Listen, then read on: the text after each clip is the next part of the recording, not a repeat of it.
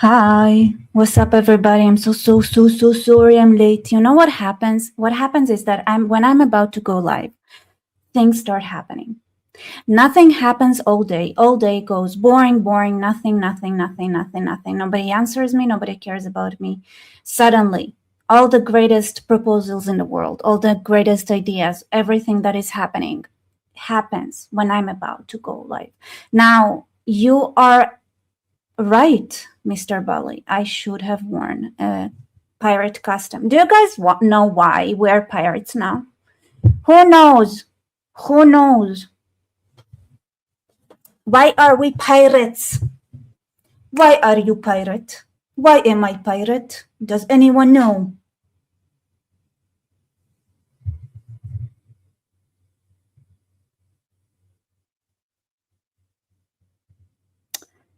The heretic. Israel asks for rights. They are bad. India wants sovereignty. We are bad. Terrorists asks free Palestine. That's all right, Ikis.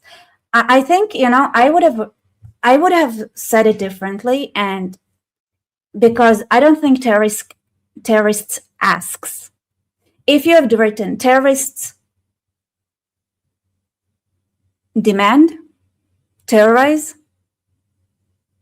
scream, shout, don't care about anyone else but themselves while they trash everything around them, screaming free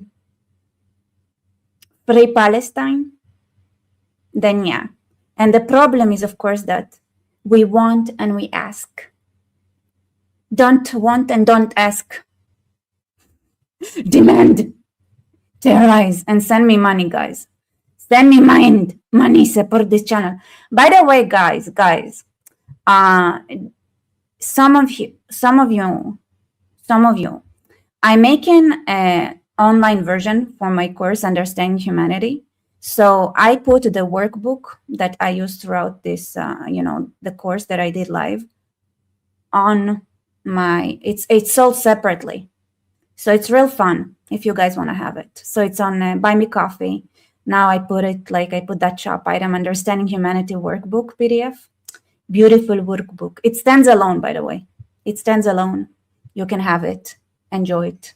People who did the course and are here tell people that it's a good, fun thing to do. Because I've realized, like, by the way, one of the things with the course is that it was way too much. So the online course and the workbook are now separate. They're going to be separate. Do I understand humanity? I understand the theory, but it's good enough. It's good enough. Theory is a lot. I think theory is underrated. It's like, how do I explain? I can hear if somebody speaks in an American accent or Australian accent or British accent. I cannot imitate either. That's what I think. It doesn't, yeah. So check out the workbook, the course, the online version of the course. I'm still editing. I'm still working on it. It's going to be something that is awesome. Even if you did the online version, I would, like, if you did the Zoom call version, I'd do it again because it's going to be good. There are a lot of new elements. I learned a lot, but yeah, it's going to be more fun and less university course than it was when I did it one-on-one with y'all. I was like, okay, I torture y'all. There was one person who actually passed. So here's a confession, okay? Out of everyone who did the course, only one person actually passed it. And she had her first, she did her degree on geopolitics. The rest just enjoyed it, but it was like, I was like, yeah. And she was like, I wish I did it in university because it made the entire degree I did, it made sense. Because she was like, I didn't understand. I did it, I studied for years, and finally, after I did your course, I understood what I studied. But I was like, okay, not university level, fun level. That's what we're gonna do. So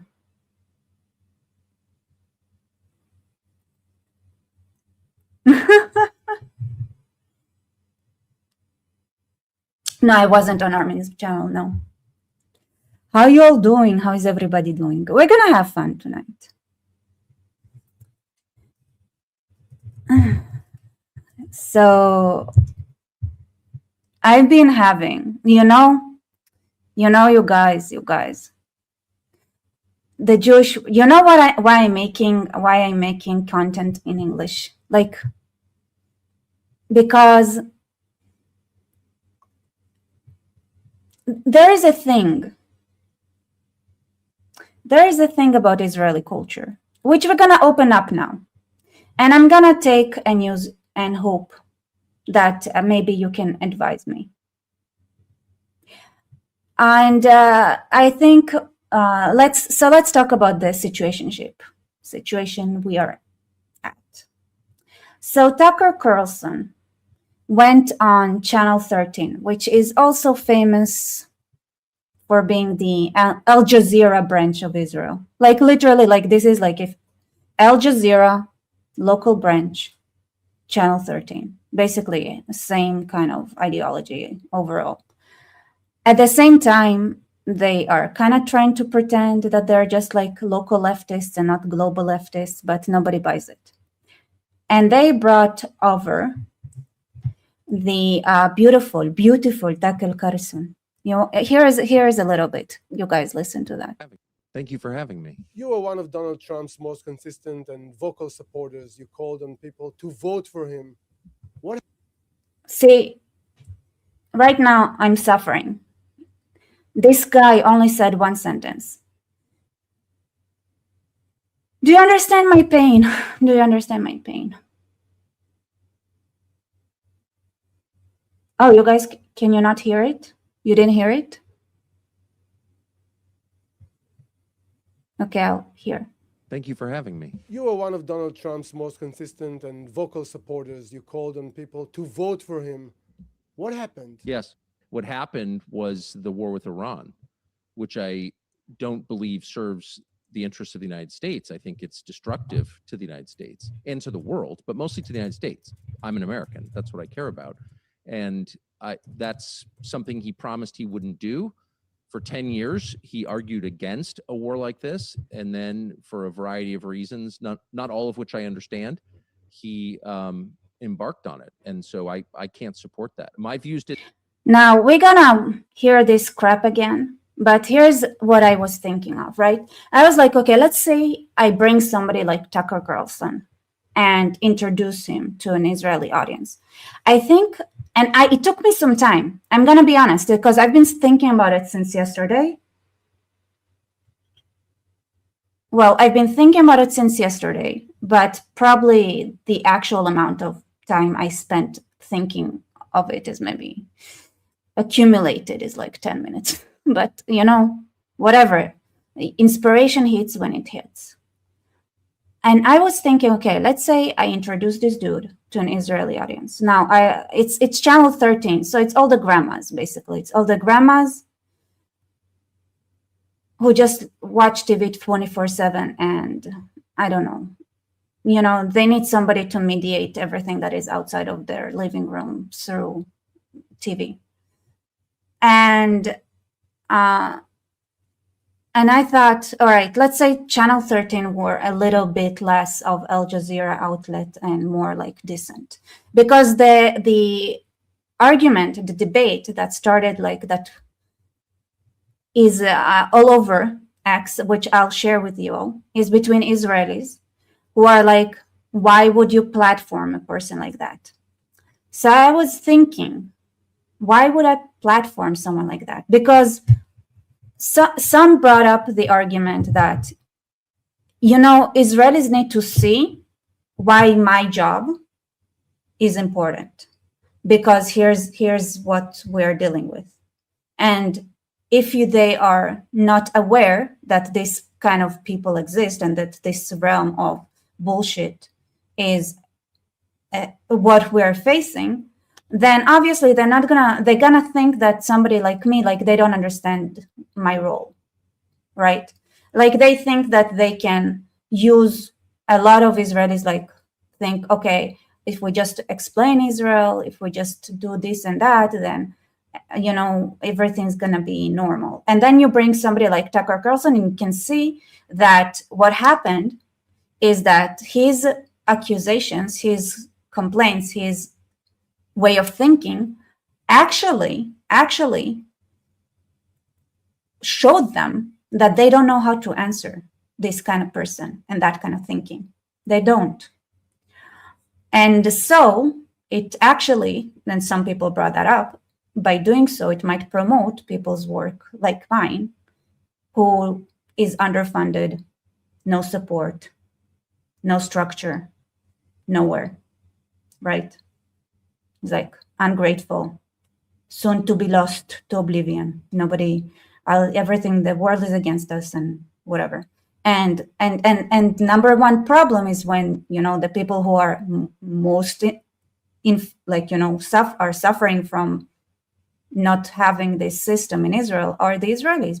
So they need to see that they cannot answer Tucker Carlson in the way that they think they could. It's not like they go on Piers Morgan, this idiot, and then they think, okay, we bring our argument, and it's kind of presented. No, he brings like a new realm of bullshit. And the interesting thing is that he says things here, right, that you need to know the person. He says like he's America first. He's not. Trump said he's not going to go into a war with Iran. That's a lie. Obviously, Al Jazeera, the Israeli branch of Al Jazeera, Channel 13, wouldn't bother probably to set those things straight. We're saying, first of all, Trump always said he will not allow Iran to have a nuclear weapon. Always, always, always, for the last 50 years, very consistently, by any means necessary. And I would emphasize that this dude is not anti-Israel. He's anti-American. I would emphasize that he actually supports China, supports the adversaries of the United States. And he, this is but obviously Al Jazeera will not do it. And I don't even, Israelis are, here's the thing, okay? And I'm gonna be I'm gonna divert a moment, because there is one thing, talking about understanding humanity. Here is a moment of humbleness, and I'm gonna tell you, I don't always understand even the local swamp of what people here understand and what people don't. Because, you guys know that in my job, in what I do, I look a lot at Israeli culture, Jewish culture, from a perspective that is foreign to Israelis. Foreign in a sense that they are in their own bubble, in their own yeshivas, in their own, sitting in the room, reading the Bible, usually a lot of times in Hebrew. And that means that for me, it was a revelation to discover that you can read certain parts of the Bible as if it's men are above women, and you could never do the same if you read it in Hebrew. And suddenly, some grievances against the church, I was like, oh, it's a mistranslation problem, or misunderstanding, or misinterpreting, right? And I can do it now because, okay, there are Greek culture elements, there are Roman culture elements that entered, and through translations of the Bible that entered society and skewed the way the Bible is perceived. Now imagine, right, the Jews trying to explain why the Bible is such a great system, why it had introduced something that was not there before. And one of the most important inventions of the Bible is equality in front of the law, and that people are created in the image of God. And basically it means that people need to be treated the same, right? Now, if the church or whoever took the Bible and translated women as helpers,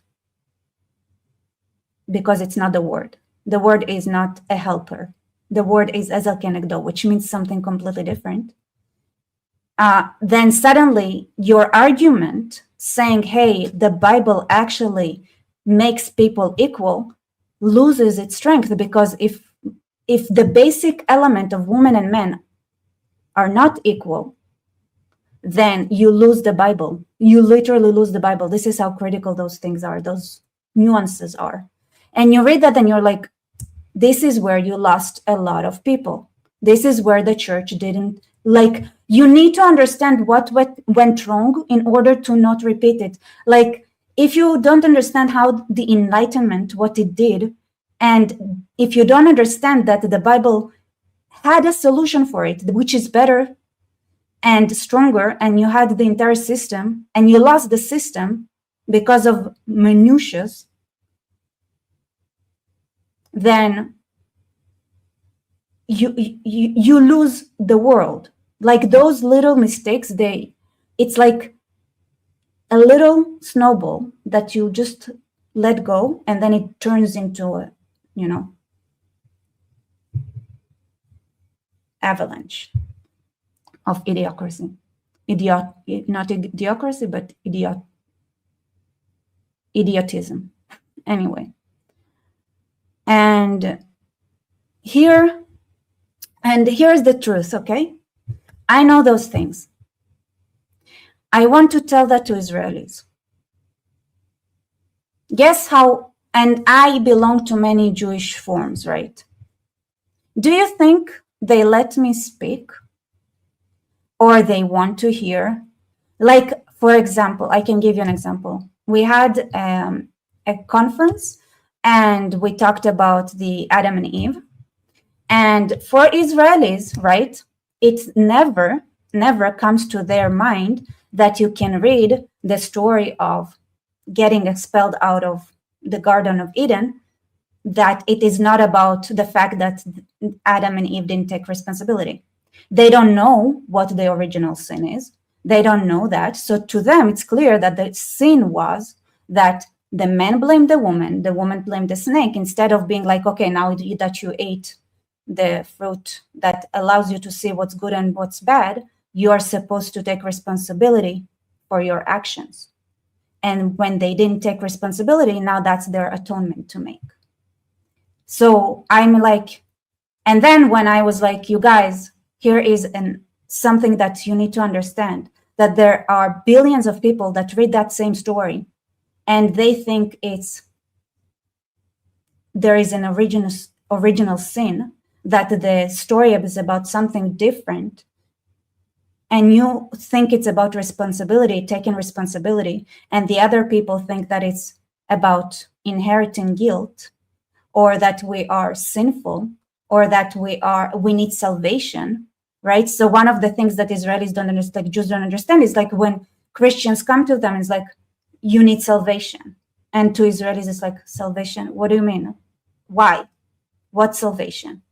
Like that concept doesn't even exist, right? So you cannot communicate with someone else if you don't understand them, if you don't understand that they have a concept like salvation that you don't, that they have concepts like original sin that you don't, that they read the same story completely differently, that there was some things that made some of the most important lessons from the Bible, principles of the Bible, obscure because of mistranslation.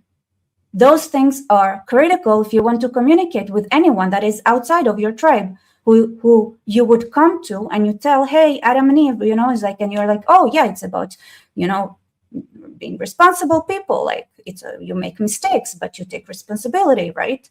It's like you need to work hard. You need to put effort in your rearing children and getting things out of the ground, right? Because it's like you put the work in, right? That's the thing.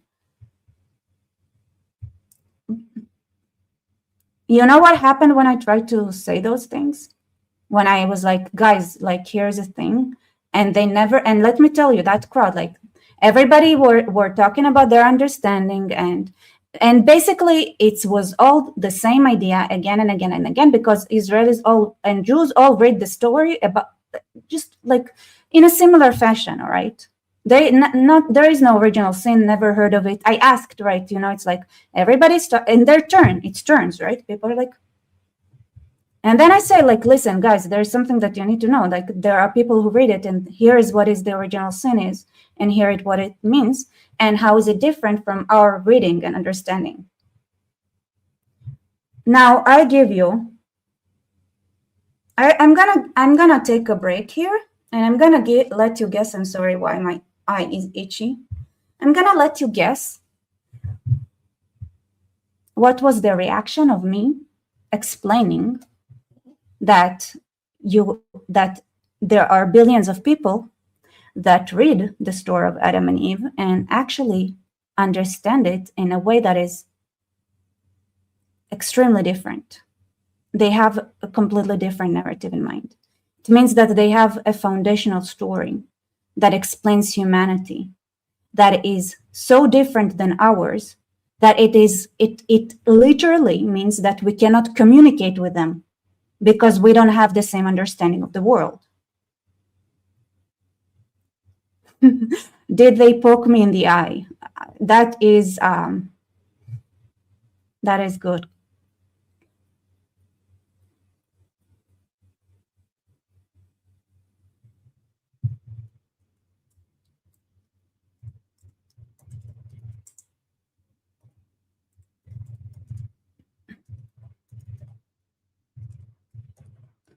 One second.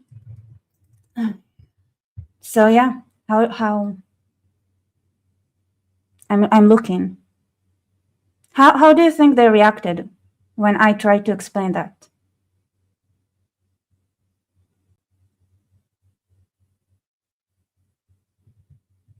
And Japester, thank you so much for your support. Thomas Messi, downfall celebration stream today. Woohoo! You fell. Like, here's the other thing, right? They are presenting Tucker Carlson as if he's like such an influential voice in the conservative. Here's a fact. If Thomas Messi, like, did he really? Like, is it official? I don't follow. But if it's official and Thomas Messi was kicked between his legs like he should have, then America might not think that Tucker Carlson is that influential conservative voice, like Al Jazeera in Hebrew is trying to say here. They might actually think that he is foreign agent paid by Qatar, and all his viewers are from Pakistan. Maybe. Thank you so much, Plum Jacks, for your super sticker.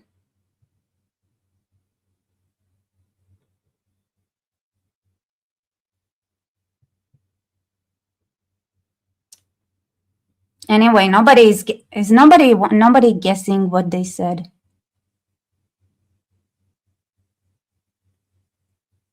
No, the Bible is actually about this, must go well among religious people. Yes, so here's another thing, Mr. Bali Sangar. If you don't know, so in Judaism, there is no issue with that. Like, I've made a couple of videos explaining the 10 Commandments from if there is no God. Like, from an atheist perspective, if you don't believe in God, here's what the 10 Commandments are. And I gave the same speech to rabbis, and they loved it. They loved the known God.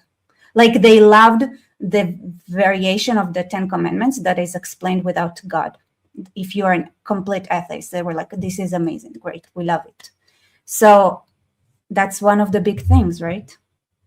No, the Bible actually is about this, is something that if you say among religious people who are Jews, it's actually a good thing. That's the crazy thing, right? But if you do this, here's another thing, right? Because if you do the same with Christians, it's not going to get received. It's offensive. To them, it's offensive. And when I made my interpretations of the New Testament, my dad watched it and he grew up with Christians. He said, like, they're going to get offended by it. And I'm like watching it, like, what are they gonna get offended by? It's like, they're gonna get offended. And I was like, I'll take this risk. Like, I understand they are, and they will. Jews would not get offended. What bothers Jews is when you cannot explain something. If you cannot explain why something, like why you think a certain way, then they get offended.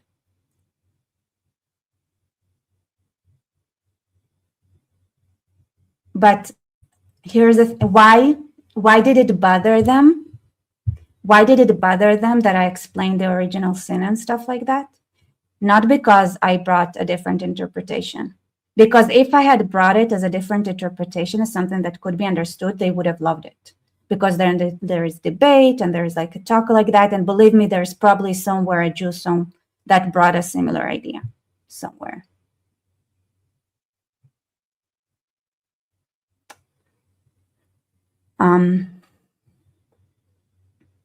They didn't like it because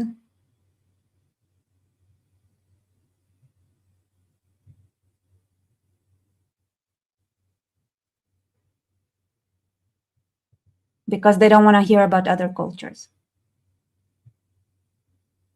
If I didn't say this is what Christians think and here is what it means for us, and I would just present the Christian thinking as an interpretation I've heard or something that is interesting, then they wouldn't react it that way. So the thing is, right? It's not an oops, it's like he's on mute on purpose, right? So the thing is that while Christians don't like interpretations that are different from what they believe or think, Jews like different interpretations. They like thinking, they like different ideas. They like, what they don't want is to bring, how would I say it? I'm trying to remember exactly what they said.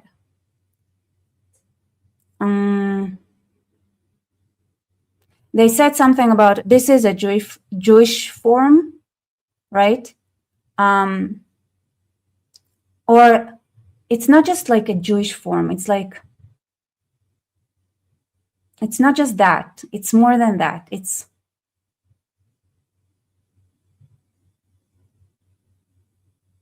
like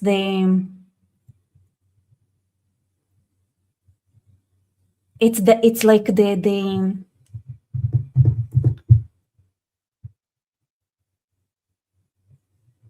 we like, we don't care about like, it's not relevant. Like the outer world is irrelevant. That's the thing, right? Thank you, Planjax, again for your support. Like, here's the right, what bothered them is like, it doesn't matter. They want to be like, it's not, yeah, we like the challenge, but only the ones that actually do. It's not about even that. Like, we like the challenge. It's the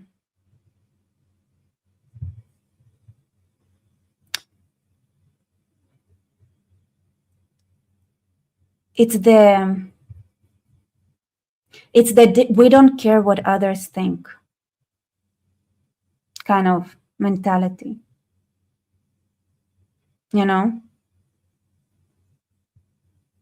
like, okay, they think what they think, we think what we think, right? Like what does it have to do with us kind of mentality? I don't know, guys, maybe you have a better interpretation of that, but it's the thing of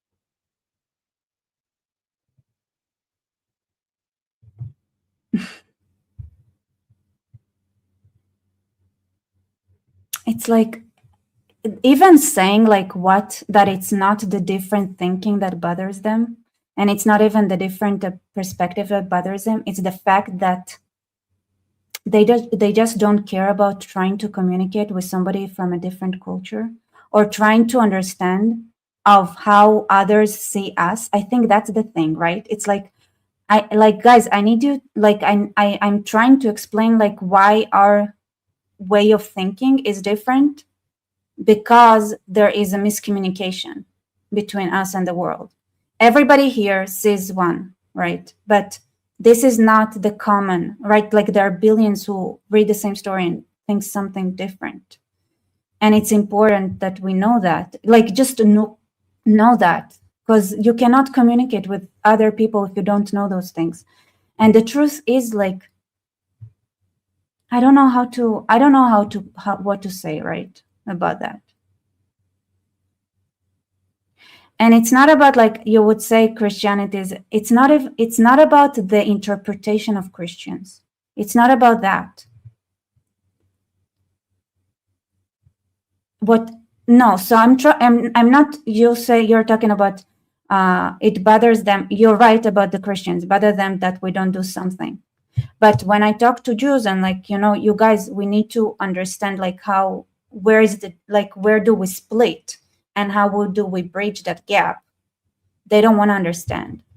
Like I remember like I talked to this religious woman and I was talking about like how I'm reading the New Testament things like, and she is like, and I'm like, you live in Britain, right? And she's like, yes. And I was like, don't you think you need to understand how to communicate with non-Jews as well? And she's like, I don't see why we need to understand Esav, right? Like the Christians, like they are they, we are we, and we don't bother each other. And I was like, it doesn't work this way. And the thing is like that the Jews like, and this is why in my video I said Esav is Jacob's brother.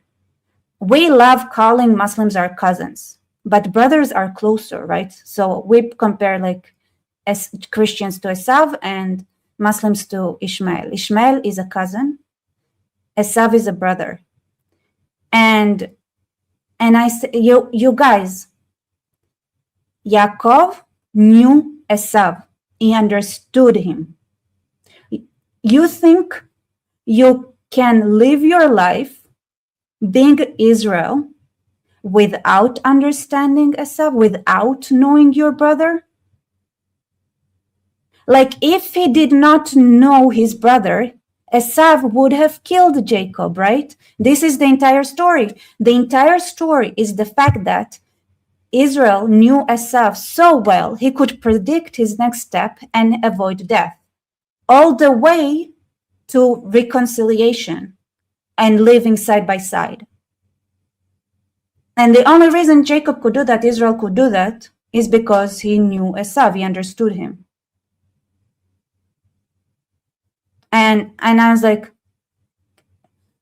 and then I said, guys, you believe you're Jews, Israel, you follow the Bible. And then there are the little things you just refuse to do. That if you actually believe in the Bible and your own scripture and the Talmudic interpretation, you would know that one of the most important things that you need to know is to understand the self. And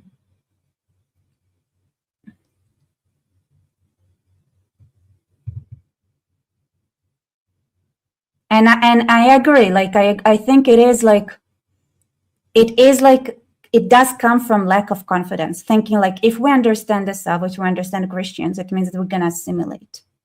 While Israel, right? He knew who he was. He knew who he is, and just because he understood Esav, it didn't make him Esav.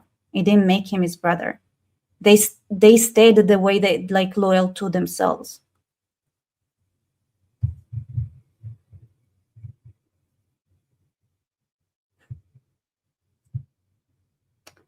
And it just, let's talk about Tucker Carlson. After that, scriptural explanation.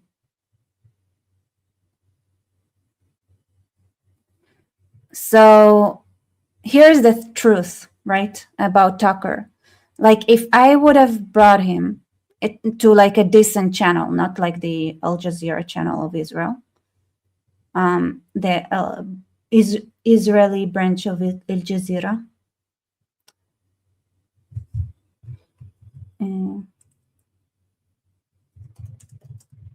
One second, and something. All right. I would explain that this guy is, first of all, against America.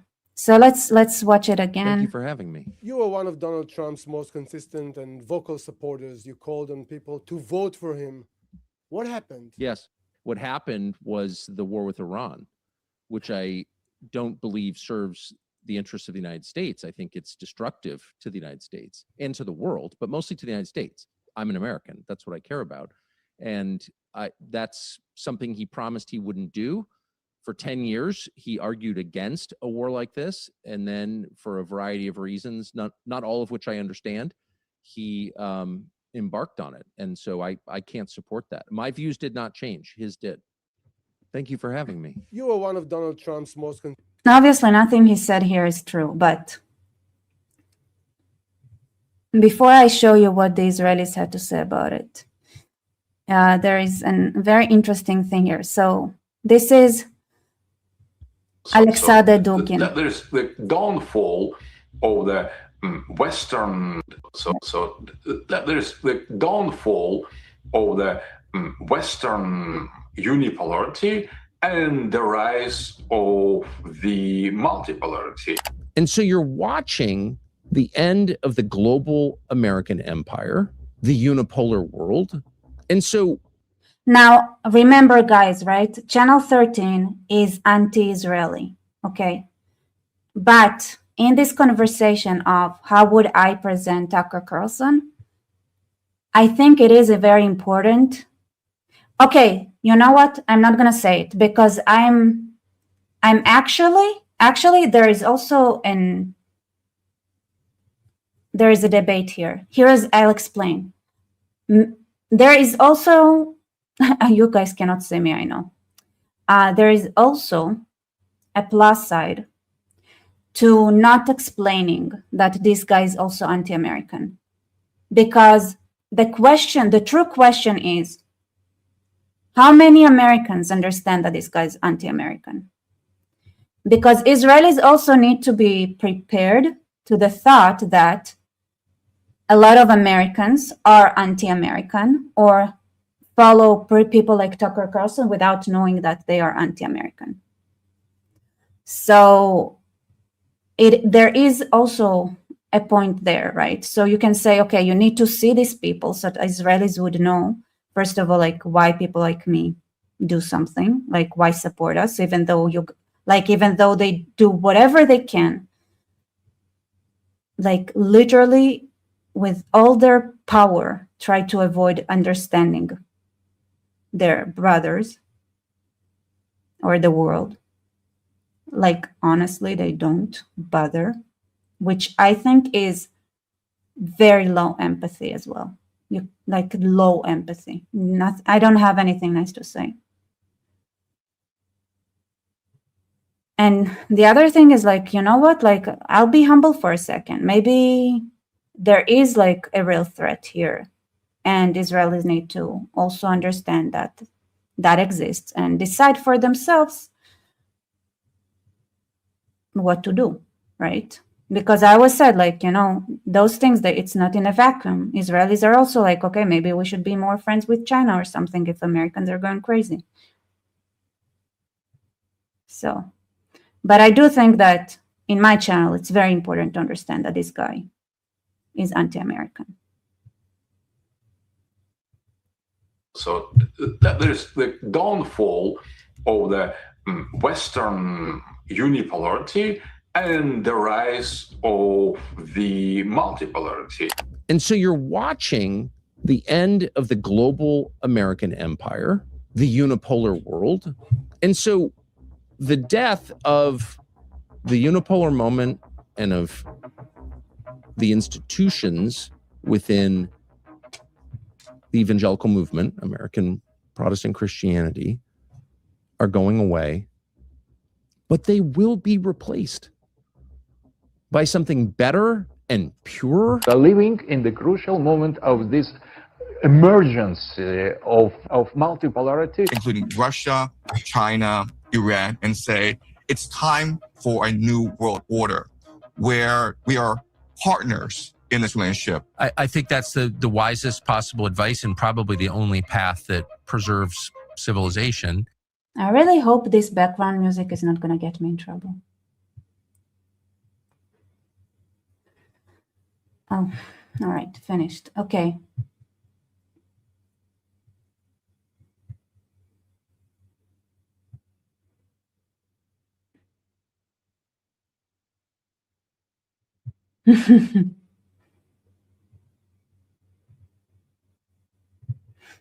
All right. So here's the thing, right? The Israeli media explains anti-Semitism, explains a lot of things, but is really never bothering to actually explain like other modes of thinking, like ever. And the thing is, I have no idea how to make Jews get their heads out of their asses. If you guys have any ideas, let me know.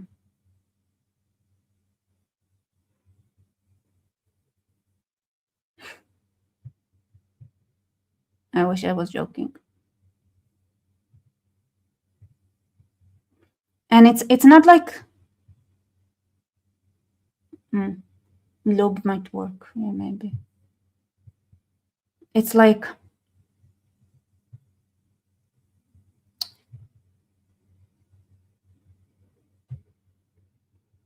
it's even hard to like explain what it is that they don't want to understand, because they love geopolitics. They can do predictions pretty good, but you're saying no, let them be. But I'll tell you, like, one of my biggest issues with that is that if you don't know what makes you you, you don't know who you are. That's like also part of the problem in the United States, right? Like they don't understand what the alternatives that like they think that like so many Americans that I watched lately said like they were certain that America is like the worst there is because they don't know any alternatives, and Jews don't know alternatives, right? They can't imagine that there is an alternative to their mode of thinking, which is cool if you are America empire or something, right? Or you are billions of Muslims, I don't know, and you just go of it. But if you're a minority, I don't know how you can afford that, honestly. Like, I don't understand it.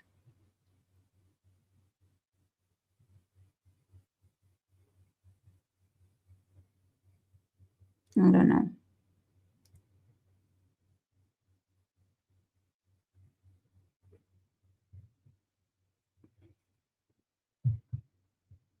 Here. Gaza is disgusting and immoral.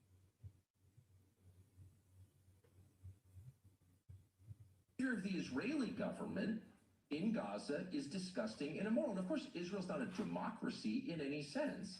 There are millions of people who live under Israeli control who cannot vote, right? And so if the West Bank, Judea and Samaria and Gaza, or whatever we're calling these places, which Israel's controlled since 1967, have people living in them who have no control over the government that controls their lives, which is true. It's not a democracy. So fear of the Israeli government in Gaza.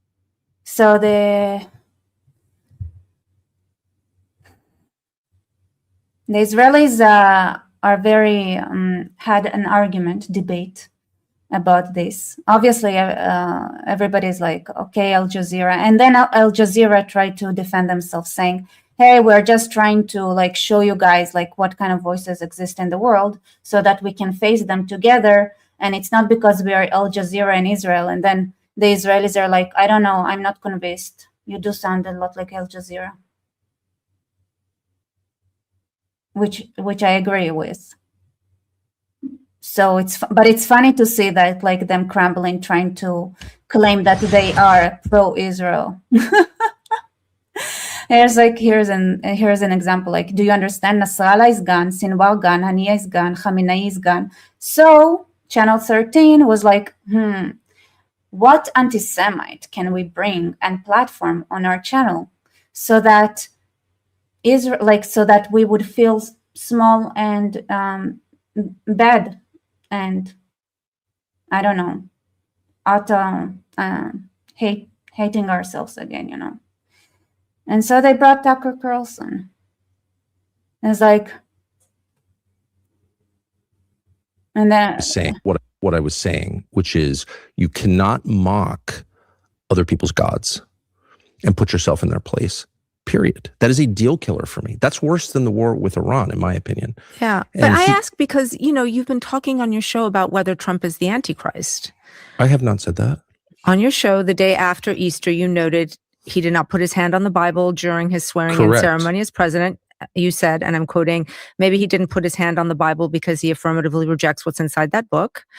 And then on a recent show, you went further saying, here's a leader who's mocking the gods of his ancestors, mocking the God of gods and exalting himself above them. Could this be the Antichrist? I actually did not say, could this be the Antichrist? Here's a leader who's mocking the gods of his ancestors, mocking the God of gods, and exalting himself above them. Could this be the Antichrist? Well, who knows?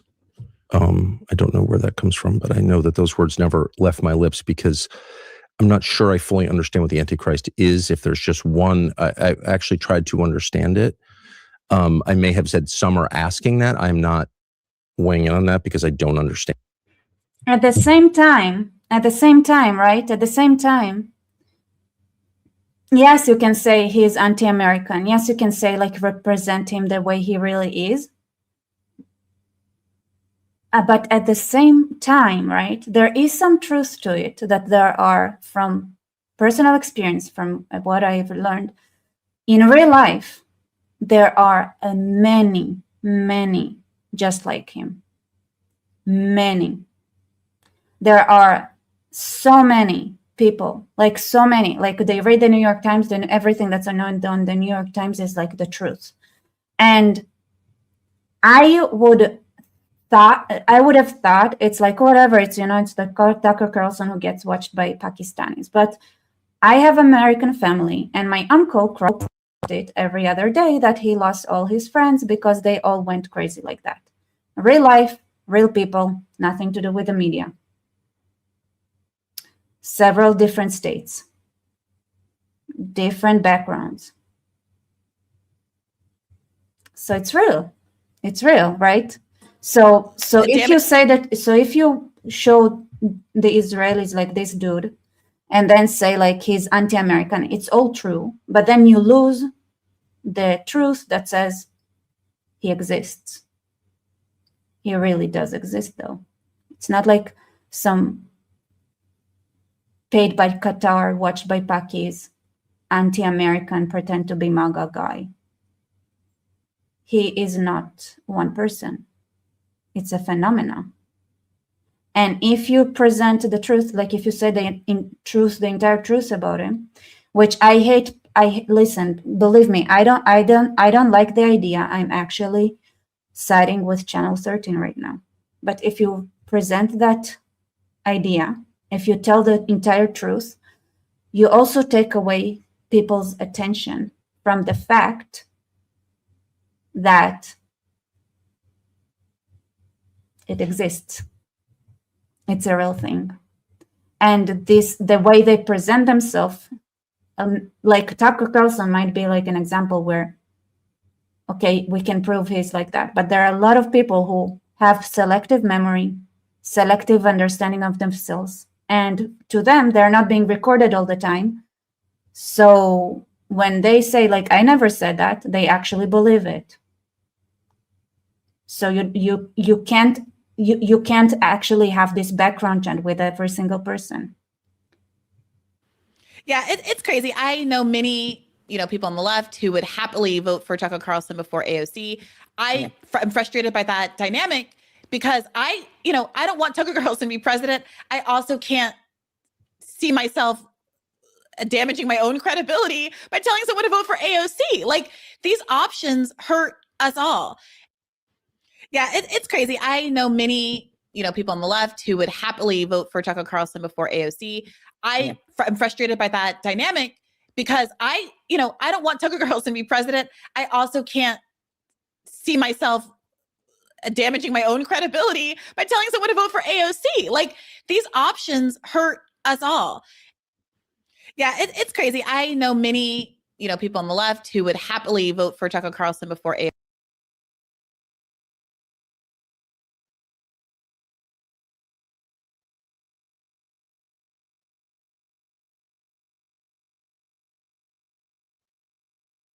Like, like,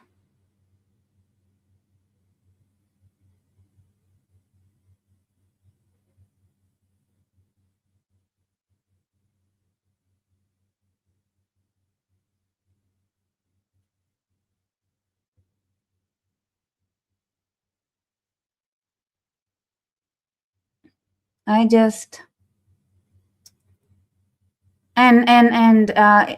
just for a good measure, Turkey has sent chilling warning to Israel. Today we saw again that Israel is governed by Hitler-like mindset. They attacked the global Sumud flotilla that was bringing aid to Gaza. We urge no aid, by the way, there was no aid. İsrail'in nasıl faşist bir zihniyet tarafından yönetildiğine bugün bir kez daha şahit olduk. Gazze'ye insani yardım götüren küresel Sumut filosuna İsrail güçleri tarafından hem de uluslararası sularda whatever he says, I don't speak Turkish. And here's the thing, right? Turco, which I spoke to today, and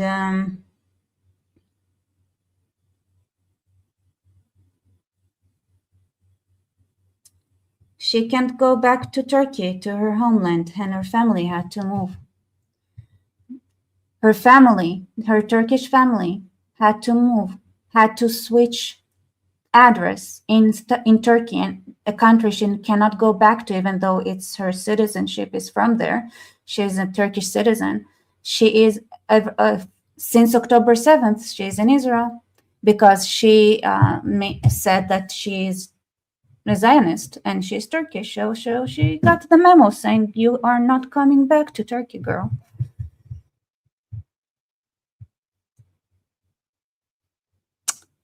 There is real life consequences to this shit.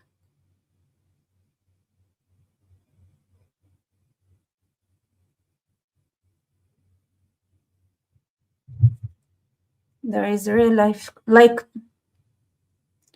Turkey 10 years ago was a different country. 10 years ago.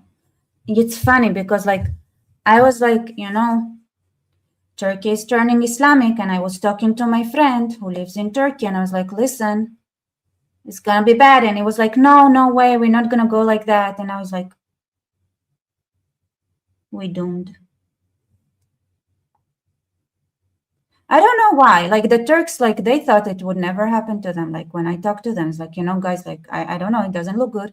And they're like, nah, Turks, we're not like that. We're not gonna be like that. And I was like, oh.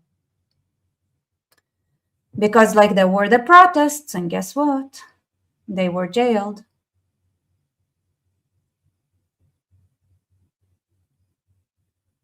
I was like talking to him while the protest, and he was like, well, maybe I was wrong. לא לעולם חוסן.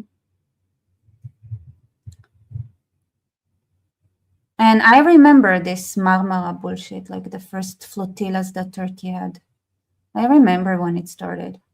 But the ADF is playing Britney Spears. Oops, I did it again over the radio. Gaza. IOF is jamming our communication channel with music. Okay. Us from getting off Mayday calls. They are attacking a humanitarian flotilla. This is a true breach of international law and also. Oh, you can't really hear the music, so it's okay. And they are jamming our emergency channels. Free Palestine. Blaze Tuna, you're saying Turkey isn't Iran or morality police crap. I didn't say now that it's like Iran. But she cannot go back home, and her family had to change their address, like they moved to a different place. So you know that Iran didn't turn to Iran in a month. It took several years, even after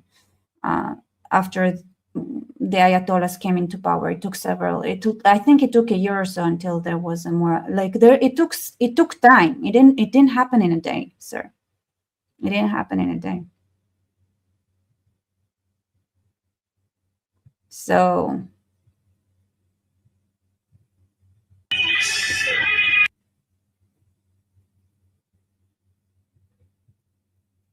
the Gaza Flotilla activist. Bored idiots. No, it's nothing. No aid has been found.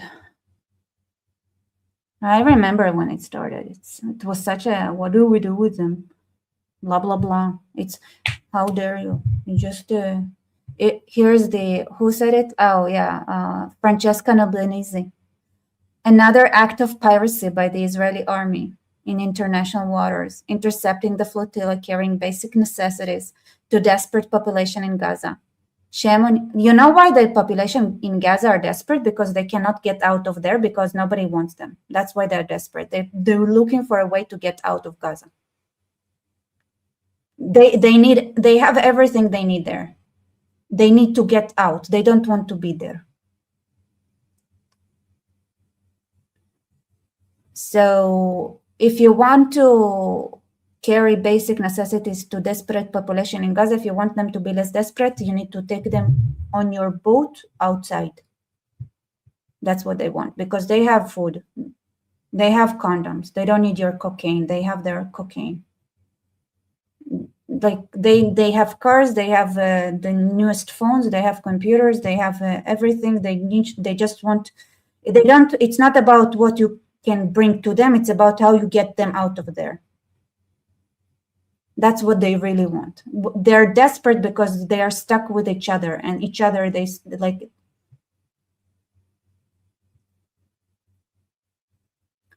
they each other suck, you know, part sucks.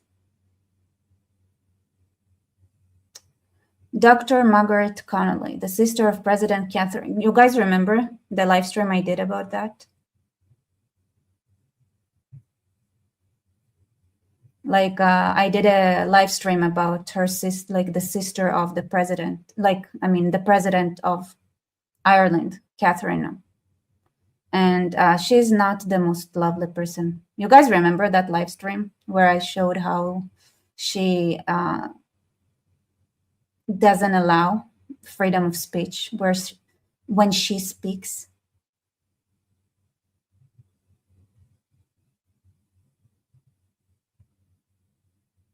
And she, well, her sister is among Irish activists detained by Israel. Well, two awful people. Israeli gunboats open fire. Let's see.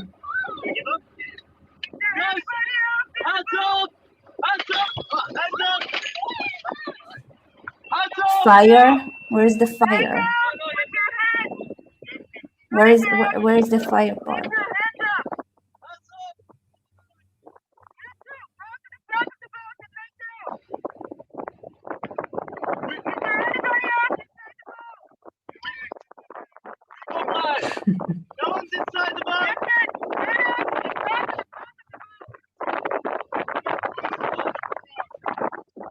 Repeat, the Israelis are shooting.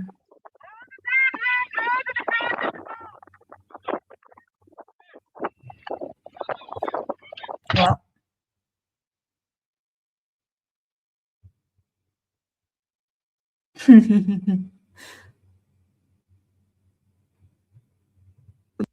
Israel has to, in order to remain considered a civilized nation, abide by the same universal principles everybody else does. If Hamas does something that's bad, it's bad. That does not justify Israel doing that same bad thing, or the United States doing that same bad thing, or anybody doing that same bad thing. So the principle remains the same. You can't kill people who did nothing wrong. Israel. you can't kill people who did nothing wrong. Permission granted. Like you can't kill people who did nothing wrong. Israel has to, in order to remain considered a civilized nation, abide by the same universal principles everybody else does. If Hamas does something that's bad. Yeah, but like, what if you don't like the universal principles that says like everybody, let's kill the Jews? I don't know why it's a universal principle. I just don't like it. I think it makes you a criminal if you kill Jews, unlike the rest thinks that killing Jews is fine. I just don't like it, So like there is a very basic disagreement there. Like I get it. Everybody except the Jews think it's okay to kill Jews. Everybody agrees. He likes it.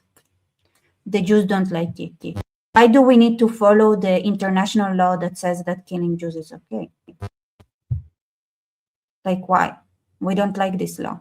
We don't think it's okay. So we shoot people who try to shoot us. And it's like, I disagree. It's not a good international law. That's what I'm thinking. Bad, it's bad. That does not justify Israel doing that same bad thing, or the United States doing that same bad thing, or any. Hamas does something that Israel has to, in order to remain considered a civilized nation, abide by the same universal principles everybody else does. If Hamas does something that's bad, it's bad. That does not justify Israel doing that same bad thing, or the United States doing that same bad thing, or anybody doing that same bad thing. So the principle remains the same. You can't kill people who did nothing wrong. Israel.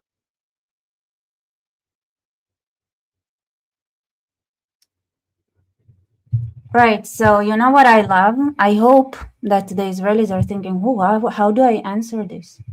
How do I answer this?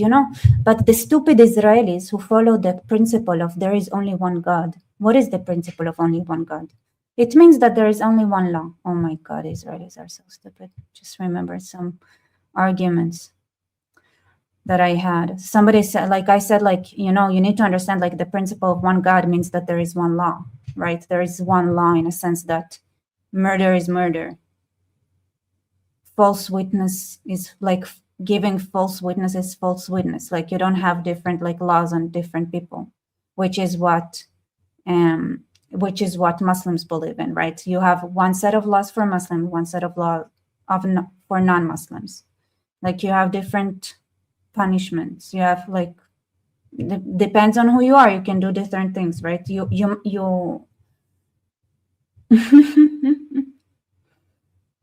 So that's the thing, right? So I just remember that there was this one guy. I was like, the principle of one God in Judaism and why we don't like paganism is, and why the whole the Noahide laws include the principle that there is no paganism, is because there is one law, it's equal. There are some principles that are true, right? That are just murder is murder. There's like who killed who is not part of the equation. Murder is murder. It's like if one kills this, then no. Murder is murder. It doesn't say do not murder males, do not murder Jews. It says do not murder. It's like that principle, and this is why there is one God. It's like one God, same law. You don't murder, I don't murder, same law. And I remember this one is with that one idiot who I said, like, Jews believe in one God because they believe in one law. And here's the basic law that Jews believe that like is true. And he started saying that Jews believe not in one law, but there are many laws, because there is do not murder, don't steal, don't, and it's like, oh my God. I was like, are you saying that it's like one set of laws, one law? Oh my God, listen. Can I tell you that I almost committed one of the do not do laws? I was like, oh my God. Oh my God.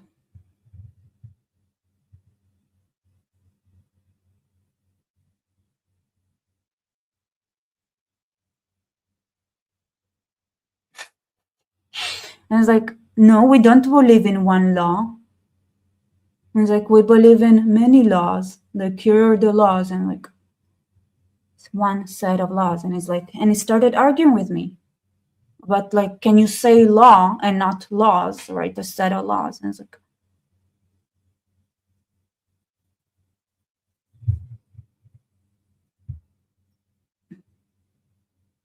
whatever. Whatever.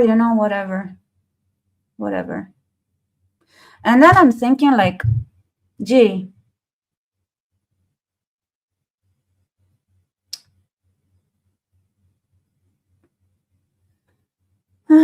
if the guys just knew that we are just retarded, that the problem is retardation, maybe they would have more patience with us. When it's like you look from the side, you think like we're like kind of functioning, but then if you look from the inside into the hood, it's like, oh no.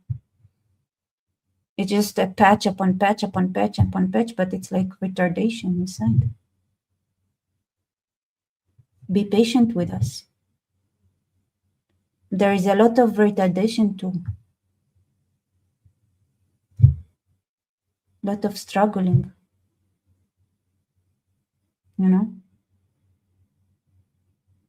So you guys understand now what happens when I try to explain to the Jews where is the difference between different philosophies and understandings of reality, like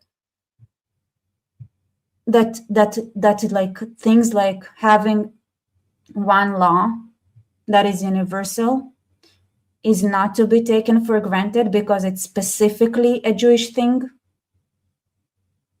It is a Jewish principle. Can you imagine how tired I am? And then it's like, when I'm trying to explain, like, oh, it's like 2 billion people read the same story we do about Adam and Eve getting banished from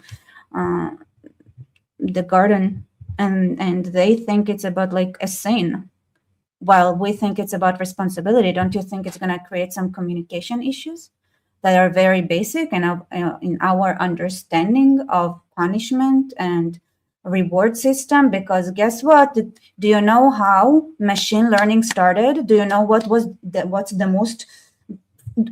first algorithm that is actually close to actual intelligence? That's machine learning, neural networks. You know what it's based on? A reward and punishment system. If we have different reward and punishment systems in Judaism versus not Judaism, then we have completely different understanding of the world, because guess what? The entire machine learning system is based on the reward and system, like a reward and punishment. Everything is built upon reward and punishment. It shapes your entire framework. This machine learning is a reward and punishment system. if you think that you are sinful and you need salvation, and you repent and you need to look for it, you have a completely different psychology than if you think you need to take responsibility on the actions that you took. It's a different thinking that you need to understand if you want to bridge the gap.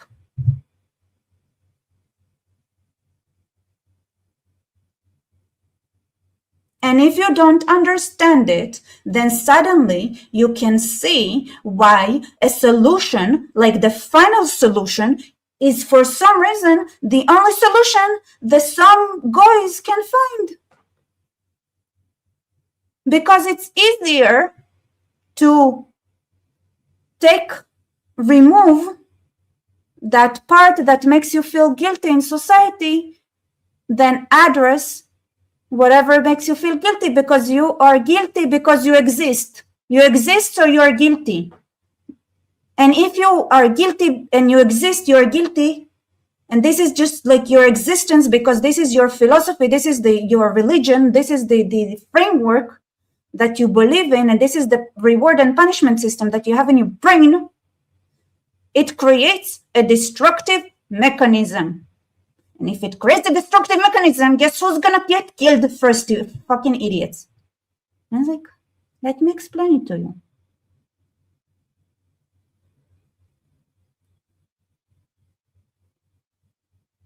And I was like, Jews believe in many laws, not just one law. We have do not murder, and don't steal, and don't give a false witness.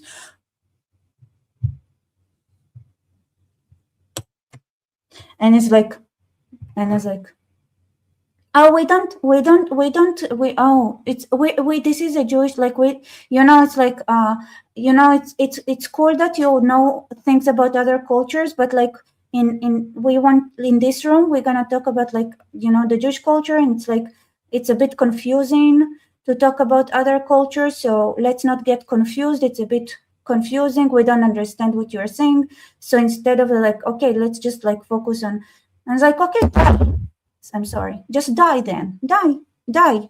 You want to die, you die. You're welcome. Like, you don't care. You don't care. You don't try to understand the other side. Then the other side is gonna kill you. And you know what? I'm tired. I'm tired. F off.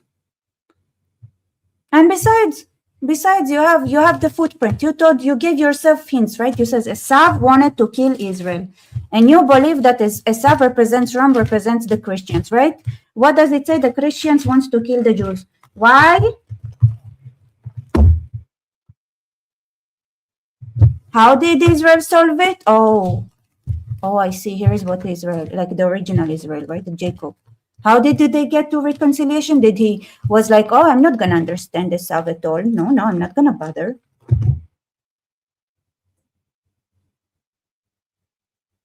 Right? Is that what he did? Do you want to say that Jacob did not understand his brother? It's like, he could have died, but he did his due diligence, fuckers, so that he wouldn't die.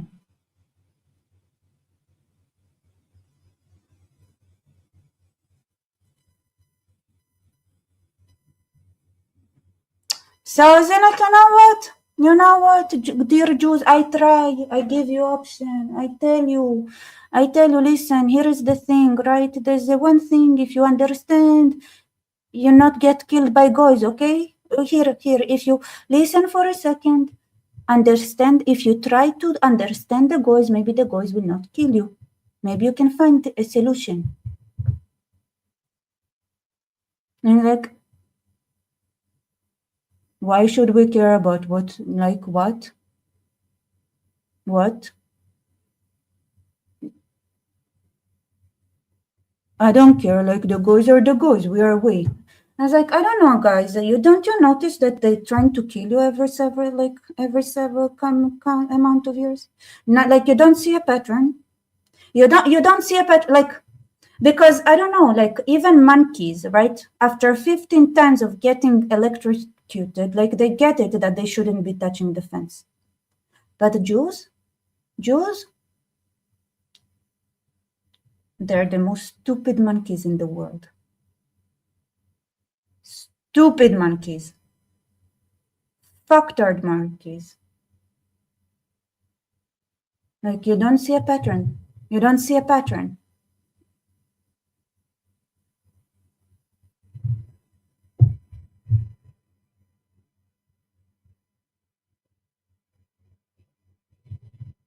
And then I was like, you know what? If you do the same thing and you expect a different result, you might not get a different result. And I'm not going to find the endless, infinite stupidity of your Judaism and Jews. It's like, if you want to die, die. I'm just, you know what's my problem? Is that I die with you. With the rest, like, why am I part of your idiots?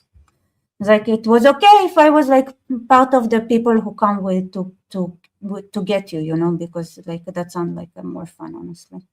Honestly, like I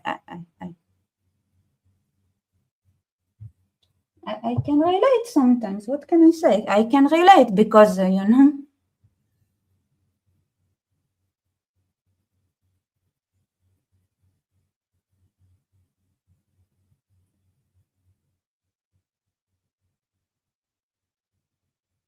I swear it's not that difficult. There is a problem with the reward system that is being taught to the goys. Fix it, and the goys will be happier, and you will be happier. But you are selfish assholes, so you get killed every several years. I don't know. I mean, can I tell you the truth? Jews are retarded. That's the truth. They're stupid monkeys that that touch the fence and get electrocuted every time they get suppressed. It's like, why nobody likes you? Maybe because, you know, like, why? Oh, you're asking a question here? Let me explain anyway. So there are clues, even in the Bible, there are clues. Let me explain. So, oh no, you stopped listening. Oh, why? So why did you ask why? Why did you ask why? Why do you ask why if you don't care? Okay, you don't care, then die. Then die. Then die. I don't, you know what? Like, what can I say? You don't care, then die. It's like, I am arguing with myself. You know what I feel like? It's like, why does cancer kills us? It's like, why don't you treat it? What if you like, I don't know, like, why can you understand it with cancer? Why can you understand that with disease? Why can you understand that with so many things, but you cannot for some reason understand that humans also have a pattern of behavior? And honestly, like, you build like machine learning, you can build machine learning, neural networks, you can do the psychology, you can do everything, but you cannot do 1+1. Even I'm sorry, but one of my favorite people in the world, it's not for Sigmund Freud, this is the Jew, it's an idiot. Jews are stupid. I hope I made this thing clear. It's like, it's an axiom. At this point, it's an axiom. Okay? It's an axiom, which I wish people understood, but people, like, it's hard to understand because it's like, it's a difficult axioms to see, but believe me that they're stupid. Okay. I can't. So not Sigmund Freud, he's doing, but come on, I made several videos about him. He's amazing. Jung came to Freud and told him, Freud, sweetheart, all your experiments and your psychology is based on Jews. Jews are not like other people. You don't understand that your psychology, like everything you think is true about the world, is skewed. Not just screwed, but also skewed. It's like, not just Freud, I like all of them, all the years. Like, you cannot build, like, you don't understand. It's like Jung came to them and explained to them, because like he explained to them like they need to be explained to, like the stupid children, 3-year-olds that they are. Jung said, you listen, sweetheart, Jews, my sweetheart Jews, okay? So you know how you have different developmental stages of humans and stuff. So the Jews are not in the same developmental stage as other people. not because they are smarter, clearly, not because they're smarter. I mean, I've never seen people more retarded, but because there's like a maybe longer developmental, I don't know, civilization developmental, whatever, that you went through, okay? So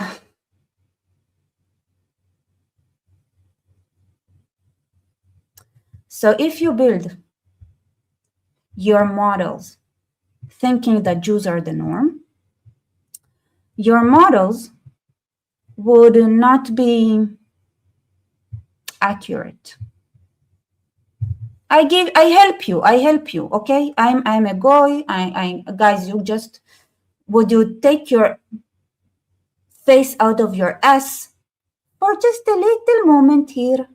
I explain to you, I know you are retarded, and let me explain, right, in a way that even retards understand, which is ironic, right? Because it's funny, because it reminds me like, so I skipped a class, but before I skip a class, like I was like on the edge of whether to go to first class or stay in kindergarten, and then the kindergarten teachers had an argument between them whether I should go to continue to first grade or not.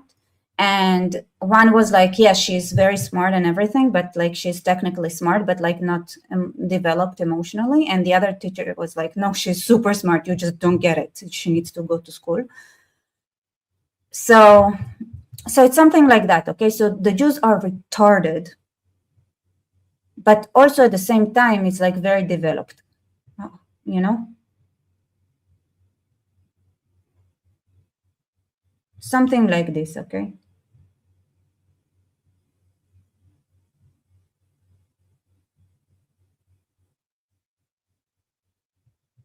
No, the Jews should not follow Jesus because Jesus was like a typical Jew. There is a very good reason he didn't want to interact with goys, okay?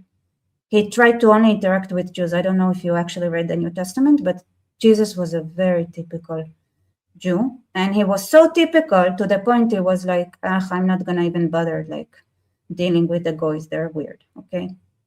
So no. And believe me, because if he bothered to, then maybe his teachings would have been understood, not like twisted and skewed away and screwed the way they got.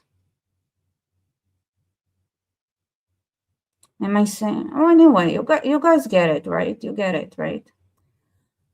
So this is where I'm at. I'm like, you know what? Like, you don't want to understand. You don't want to like you built machine learnings.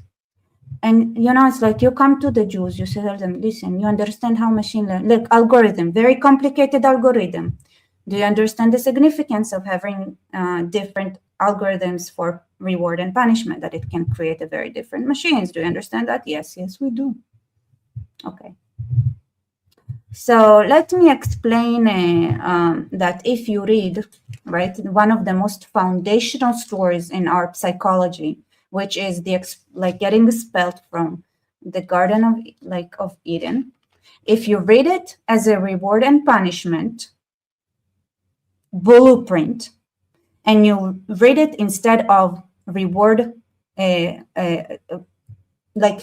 responsibility and like an agency responsibility and repentance kind of reward system versus a sin and salvation, or something that is like you are just guilty because you are guilty, like it's in you, and then you need to look for repentance, and the repentance is outside of you. It's not something that you do. It's not about agency, and that is the reward system that you create when you build it. Do you understand that you're going to get two different machines? And they're like, well, why is it my problem that the goys are weird? Like, this is the reaction. Like, why is it my problem that the goys will read it weird? It's like, this is what it says. Like, why is it my fault? Like, the goys cannot read normally. That they not speak Hebrew. The goys, the woman that read Ezel Kenegdo, can they not speak Hebrew? Why do they like? Do they not, like, they read Eshet Chayil, do they not speak Hebrew? A woman of valor? Like, why do they think it's about being an excellent wife? Can they not read the Hebrew and see that it's actually it's actually a to-do list for a man? It's not a to-do list for a woman. Can they not read the Hebrew? It's very clearly saying Hebrew here. Very simple language. Every child can read. And then you are like, very interesting how it works, right? So you can understand how machine learning works. You can read the Hebrew. You can understand like how different rewards and can create different thinking. But for some reason, you cannot comprehend why somebody who doesn't come from the Hebrew culture cannot read Hebrew. Like, this is where you fail with the why can't the goys read the Hebrew? It's very simple language, right? Like, this is where you fail. You fail in understanding why somebody who is not coming from Hebrew culture cannot read Hebrew. Like, you can build an atom and you cannot understand it.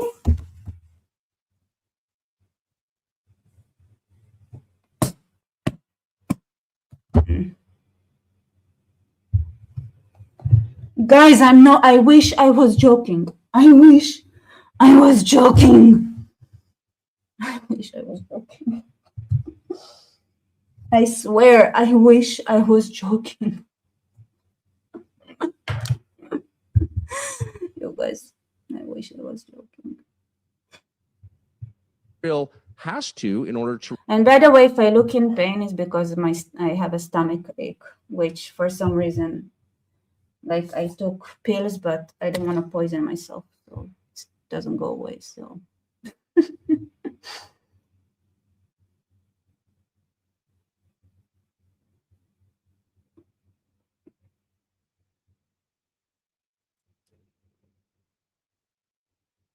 Do you guys like?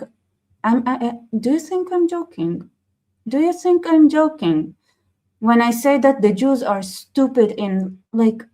And I've been like, behind the scenes, I've been trying to deal with the stupid Jews for you all. I've been trying to. There is a reason why I'm asking for your help, dear boys. Help me, because like, can you imagine? Like, you think you talk to somebody smart because they can like invent an atom and like write algorithms and just like be mathematical, psychological, like geniuses in every way, shape, and form, and then for some reason, for some stupid reason, they fail to understand that people that are outside of Hebrew culture struggle with understanding the simple Hebrew language of the Torah?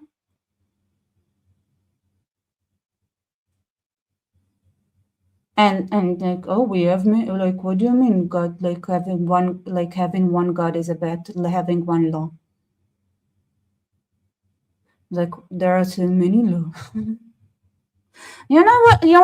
Like, you know what? You want to get killed by the guys every several years? Like, what did I do wrong that I belong to this the group of idiots? And I mean, it's not about knowing anything about the Torah. It's about your basic, like, here's the thing. Why does woke exist in the West? Because there is the concept of inherited sin. You cannot tell people who are in the East that they inherited a sin, right? It's a concept that it doesn't exist in Jewish culture. You don't need to read the Torah, it's just a foreign concept. It's like, it's something there are a lot of assumptions, a lot of things that you're born into and you observe, even if you don't know how to read, okay? Like, you get it through a lot of different ways.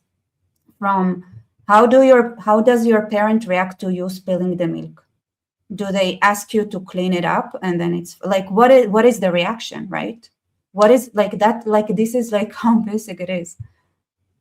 It's like you learn it in so many different ways, which you don't understand is the same lesson, right? You don't even see that, like, you are being, it's like the little, like, comments that you get, like in Hebrew or Yiddish, when somebody asks a question that is a bit too much of a private question, is like, or why did you do something? And the other side doesn't know what to answer. They say, oh, so that you would have something to ask. And that it's actually a psychological trick to make kids not stop asking questions. And you are getting programmed. And if you read the Bible, and in the Bible keeps saying that you need to ask, and if your child comes to you and asks this and asks that, you understand that this is actually something that is structural in the Hebrew culture and structural to the way that you communicate without you even understanding that this is something that you do. But then where do you see it? When suddenly all those commandments that say you need to ask this, you need to question that, you need to investigate this, suddenly the translation says believe and trust, or believe and have faith. And the little switches, for example, I said to many Christians, you know how I know if Christian is speaking to me and not a Jew? You know what's the difference? If you say humility, I know you're a Christian. If you say modesty, that's Jewish. If you say faith, that's Christian. If you say trust, that's Jewish. If it's like it's the same. They're not that they're the same, but different. And it's only when you actually deep dive and bother understanding those little differences, do you understand how fundamental they are. It's not humility. It's not about you humiliating yourself in front of someone else. It's about modesty. It's about the modesty to know that you have so much more to learn. It's not about you humiliating it's not humility. It's modesty, because you always have something to learn. It's different. It's a different reward system. It's humility rewards you for you making yourself smaller. Modesty rewards you for you being in control. It's different. It's responsibility. It's agency. It's different. It is fundamentally different. It is not bullshit. It's different. You guys don't understand how different it is. Okay? It's absolutely insanely different. And I'm trying to explain to Christians, they don't understand. What do you mean you cannot interchange? I tell you, I'm telling you, I can tell from one sentence if somebody is speaking to me if he's a Jew or not. Just because there are certain phrases that only Christians would use because Jews wouldn't, like trust versus faith, humility versus modesty, and there are many more. There are many, many, many more, right? It's like the security versus so much, it's the agency versus service. It's the responsibility versus, there's so much. And it's hidden. It's because it's two different reward systems. It's different reward systems. One is based on hierarchy, and the other is based on responsibility and learning and growth. It's different reward system.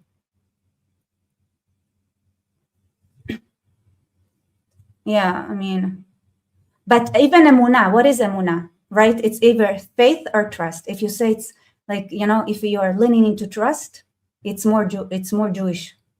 If it's more just because here's the thing, right? You can say faith and think trust in your head, but in context, those nuances, you can see them. So here's the thing. This is exactly, you see, you're saying humility is not thinking less of yourself. It's thinking more about others, which is not Jewish. It's not Jewish, because a Jew would say, right? Modesty is thinking it's you make yourself more by allowing yourself to take from others. You don't think of others. You actually make yourself bigger by making room for others, by learning from others, by growing from others, by taking from others. And when you give, right? When you give, you extend yourself. You get bigger. You get bigger. It's different thinking. It's different minds. So even like humility is not thinking less of yourself, it's thinking more about others. Mm-mm. You know, it's different. It's like if you see others, it's like, it's actually like, it's if you get like, it's you take a moment to see where other needs you. That's the Jewish way to frame it. I'm yapping yourself to why you hear that? You don't have to listen to that. I mean,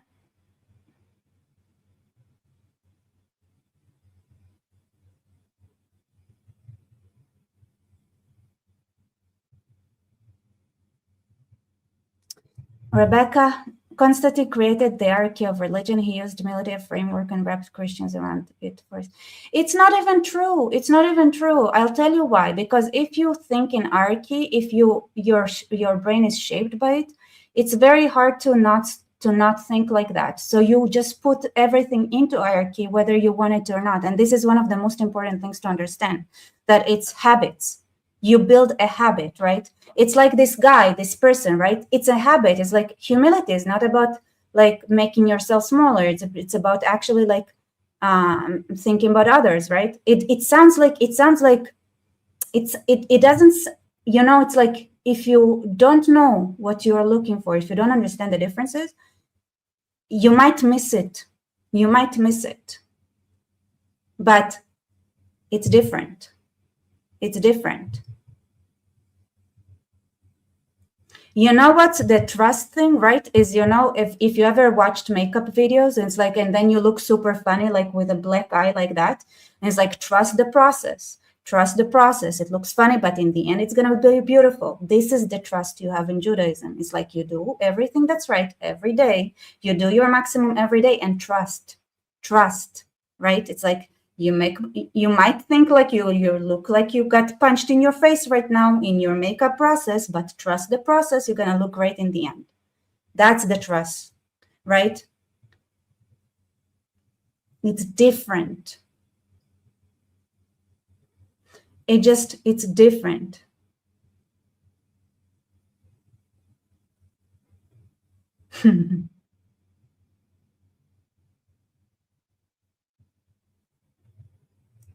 And the thing is like that it's not so easy to understand, because people put everything in the perspective that they're used to, because that's how their brains are trained, right? So if you are being in it, so this is the thing, right? So the thing is like, if you don't understand that the reward system that is translated to non-Jews is not of responsibility, but of you are born in sin, right? Then you understand that like why they never feel like they can just be quiet with themselves on a Sabbath. They don't have a Sabbath. You can't have a Sabbath if you are seeking salvation. You don't have that quiet. You are looking for something, right? So you pray, like you have faith. You're like, I have faith, like now I'm complete. And it's like, it's not like you don't have a Sabbath. You don't have a Sabbath.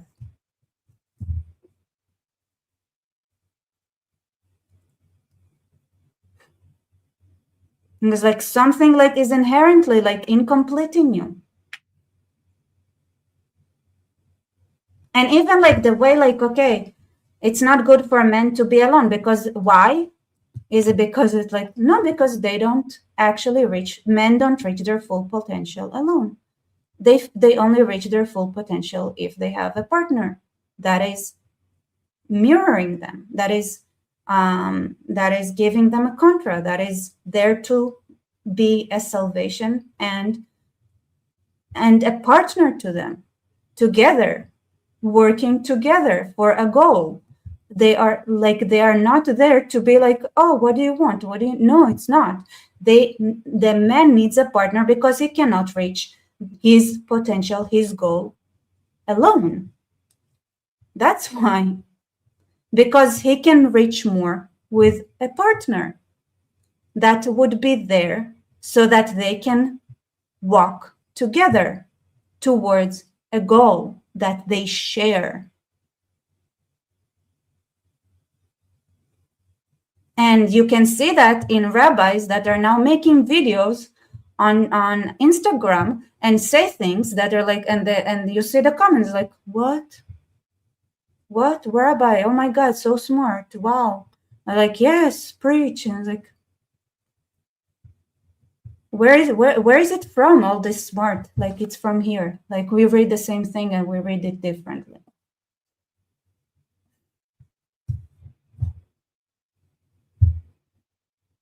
You know, it's like,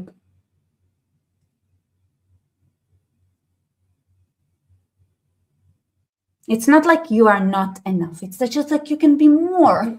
It could be more. And so like there is good and there is great. And that is different. That is different.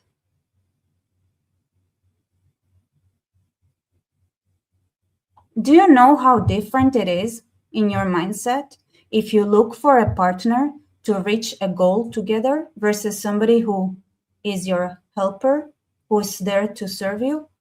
No, like, do you know how different and how much more happy you'd be in marriage if you look for somebody you can walk with towards a goal together, a partner? It's different mindsets. And because you find somebody who has the same goal as you that you can work for together, then that process, that is the partnership. It's not like, oh, I need somebody, like, here's somebody that needs to like make me feel not alone. No, it's somebody I can achieve something with. It's different. It's different. Everything is different.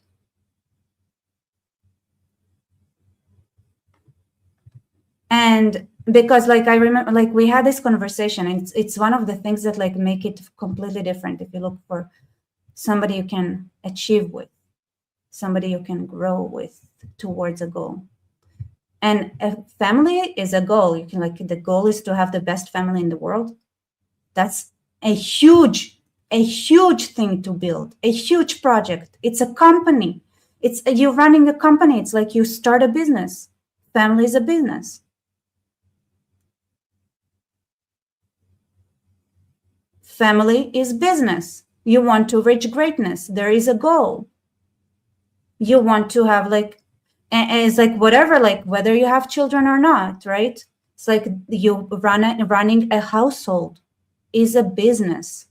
It's an operation center. And from that operation center, I know like this couple, like they don't have any children, but they have a lot of children. They host, if they themselves bring, like they bring together, I cannot even explain that like Israel would not have been Israel without them. And they have no kids of their own. They are a couple, they are partners, and their house is an operation center. And from that operation center, they make Israel a place that could have not been the same without the couple deciding on a goal to work together. And even the husband, he changed his name. His name is Father, Abba. He changed his name to Abba because they don't have children. They went to the rabbi, and the rabbi is like, you are a father of like you are a father figure to children that choose you. And he has that role in the world, and he is that. He is that. They give the framework, they make things happen just by hosting, but just by allowing, just like providing a space, like by providing like allowing people to come, and everybody who comes calls him Dad, Abba. I call him, he's like, hello, Abba, right? Father. Like, so it's like, so you need to like understand, like you look for a partner and you don't know what you can achieve together. There's so many ways, right? There are so many, like you find somebody like you have the same understanding, the same thing, like, maybe it's not going to be like, it's, like a family is a business. like making the country better is a business. And like there are like it's an you open an operation, like you have a room to make the world better in so many different ways. And here's like this is what the Jewish Bible says, like you're gonna walk way farther if you walk with a partner. And women and men are made in a way where they can not just compete with each other because they are not in the same hierarchical ladder, right? They don't need to compete. They can complete. They can support. They can fill each other gaps. They are like they make a unit that doesn't have to be like that. They can decide like you know, because they are not under the same. It's just and that's how you're supposed to be looking at it, right? It's like ezel kenegdo. Ezel kenegdo. The word ezel used in the Bible for somebody who comes towards you in salvation. It's like it's used in all the other times that it's used in the Bible. It's like the ezel kenegdo. Like it's not a helper. It's somebody who comes to give you salvation. Literally, they use like the most radical word you can use for somebody who comes to save your soul. That's what they used to describe the woman. And they added the kenegdo, right? It's like push and pull. There is a game here. It's like, and so once you don't understand what is, and here's the thing, right? So what happens is that when you read the translation of the Bible, suddenly the word ezel, that is not used just once in the Bible, but several times, like has a different translation in different places. Like a lot of words I noticed, like, wait, it's the same word, but they use different words to translate the same word. And suddenly your entire way of thinking changes. Because like woman of valor, it's a woman of chil, eshet chayil. The word chayil is used always in a context of army, of generals. There's like, you're looking for somebody, like the connotation, the association, if you know Hebrew, is a woman that is that is like an army woman, like somebody who is strong.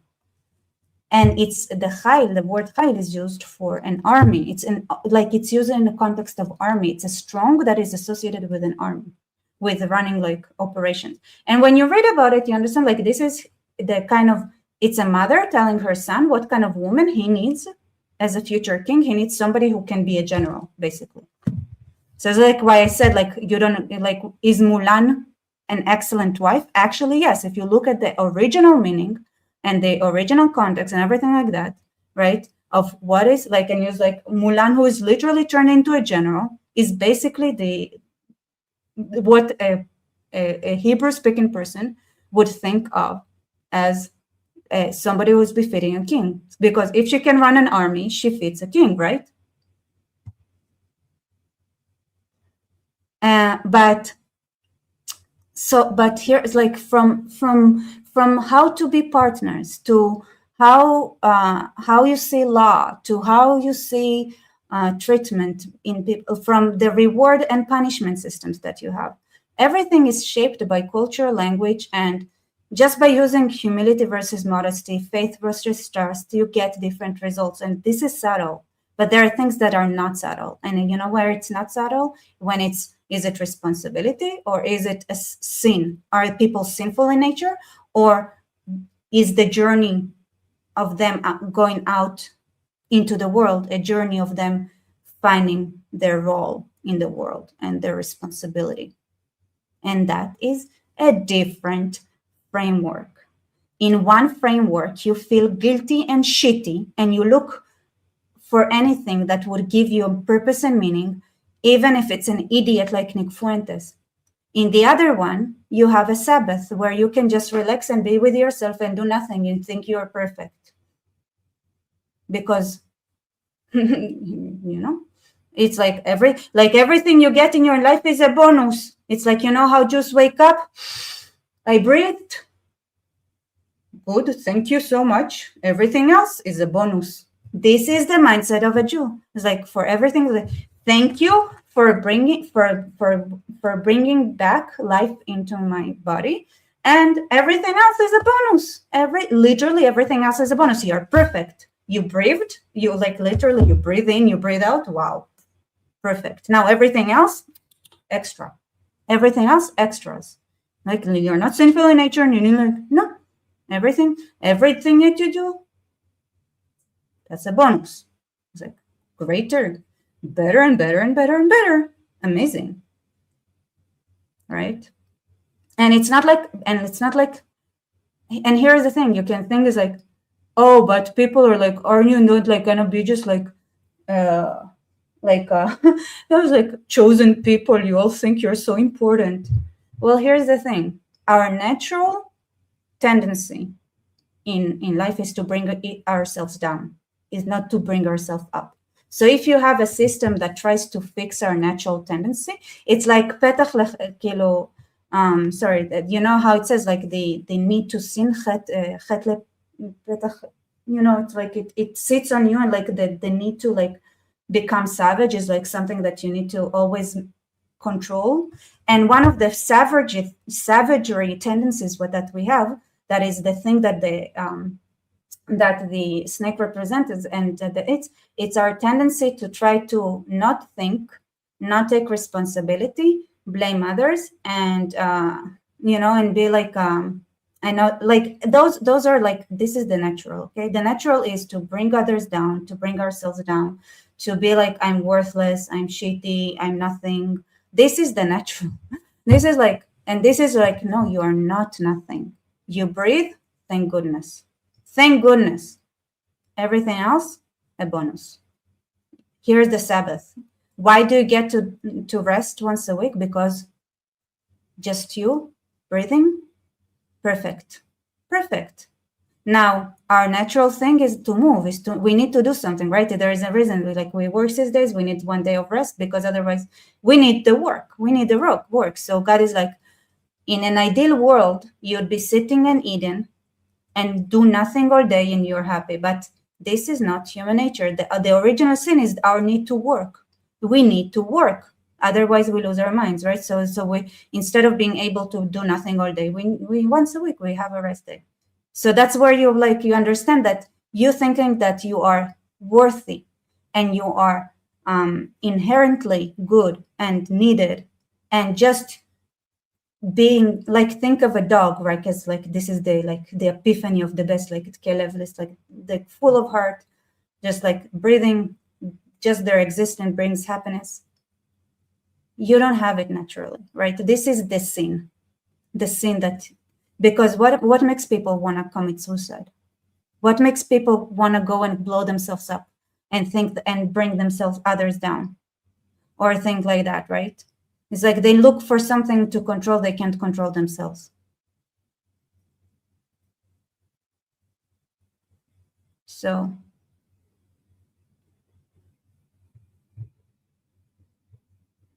where are you? You hear some jets. Where are you guys going? Anyway, so what I'm saying is like, here's the other thing to overcome. So you think you're gonna say like, okay, breathe. Now let's do things step at a time. It's like, you can, like this thing, right, of building yourself up like that. It's hard work. It's not natural. So it's not like you're gonna think if you do nothing and you're perfect. No. It gives you like, yes, you worked 6 days and you must work, and it's mandatory. And it's like, this is your this is your punishment. This is the sin you are born with. Like, you cannot not work. But once a week, you must not work. To correct your sinful nature that requires you to work 6 days a week. What about that? Like, that's another way. It's just like, the truth is, like, you're gonna feel it like you are nothing and shit, even if you do everything right every day and you try your best. Because I don't know, I'm wearing glasses. I wish I had perfect vision. If I had perfect vision, maybe people liked me more, because I'd be, Like I have weird eyesight. I have one eye that is a plus, other is a minus. I can't even fit. Like it's too complicated. It's like the truth is that we don't need to punish ourselves. The punishment tendency is the sin that we are automatically almost born with, right?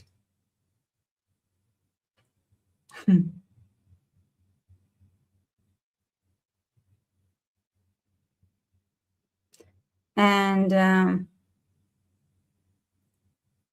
we need to build, because the truth is when we ate from the fruit of knowledge and became aware, our brains mean that giving birth requires midwives. Other creatures, they give birth, that's it, easy peasy. Children cannot survive without having a proper household, because we are that complicated of a creatures, and that is the result of, guess what, having a brain. That is the true punishment for eating the tree of knowledge, is the fact that now births are painful because our brains are big. And then we need our parents to be there. We need to work hard. And if we don't do those things, we die young. Life sucks. We for years and years and years, we just lived and died, basically, like, with being kind of stagnant. Right? It's like nothing about, like, we're like, as when we have those, like, the big brains, we need midwives. Humans cannot even give birth alone. We can't even do the most basic thing of just giving birth. Like, literally, like, the oldest human profession is having midwives. Like, do you understand how much of a unfunction? Like, we need nurses to explain to mothers how to nurse their babies. Like, that is not automatic. You guys, when a baby is born, you know that they don't know, like, women don't know how to give milk to their babies. They, like, people, like, it's not automatic. Like, they need nurses to teach them. Like, there are nurses who specialize on teaching mothers how to give milk to their babies. And the funny thing is, like, that they forget between births. They also forget how to like they forget how to do it. And I'm not saying maybe some mothers can do it automatically, but I heard a lot of mothers, and I heard, like, there is an entire profession for it. There is something, like, very different with humans, where birth requires like for a baby to survive, we need the parents, we need a village. A child requires a village, not a parent. Others, like, they give, like, they like, they can survive in small. No, we need a village. Yeah, nurses do teach. They teach it.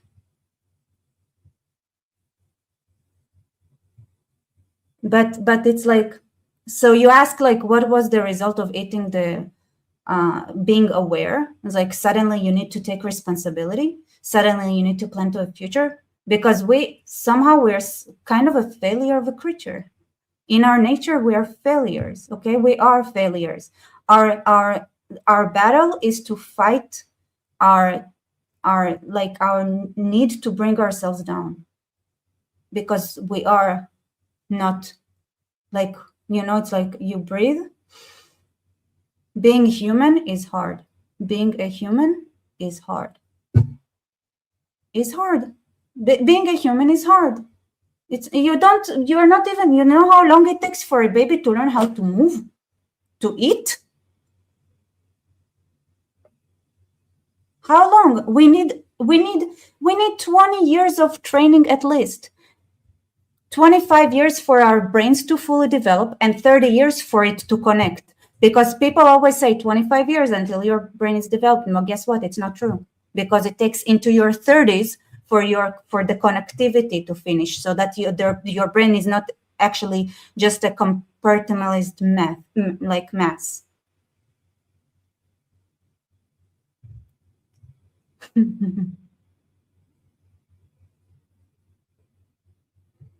Yeah, you think we have an easy life for an animal? If you're born in the West in 2000 and in the year 2000, yeah, for sure. Yeah.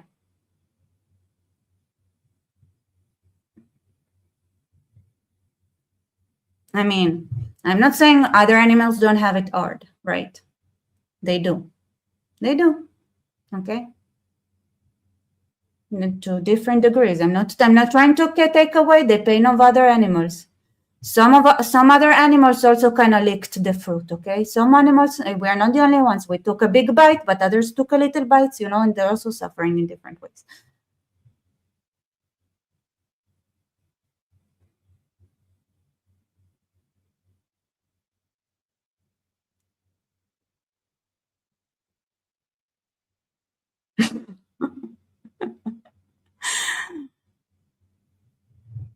So the Bible, what it tries to do is to give you a breather. The sin is that you need to work because, like, God knows. That's the thing, right? So you have a Saturday in which you control yourself and relax. You need to fight your nature in order to relax.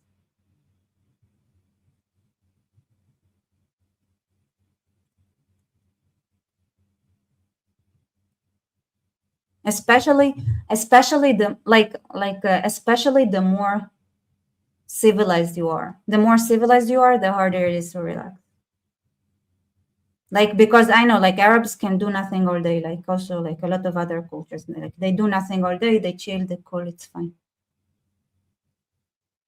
But it's still it's still more than nothing. But just the fact, like, you can, like, humans can't even give birth. Like, you can't even give birth. Like other animals, like, give birth and go. Like, what the heck? It's fucking weird.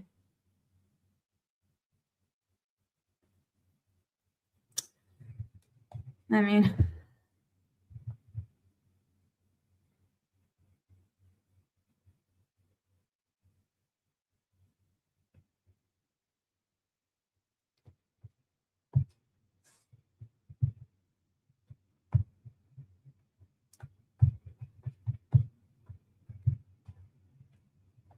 humans grow. You know what one of the things, like even like leaving a mother with a child alone is not a good idea. Like, no. Like, there's something very weird about us, okay? So, like, let's say, like, you're a human. It's hard. It's hard. Awareness is hard. You're punished already, okay? You got punished. Like, there is no need. There is no need. It's like, you need to build yourself. You need to build together. And that is what it means, going against our nature. Like,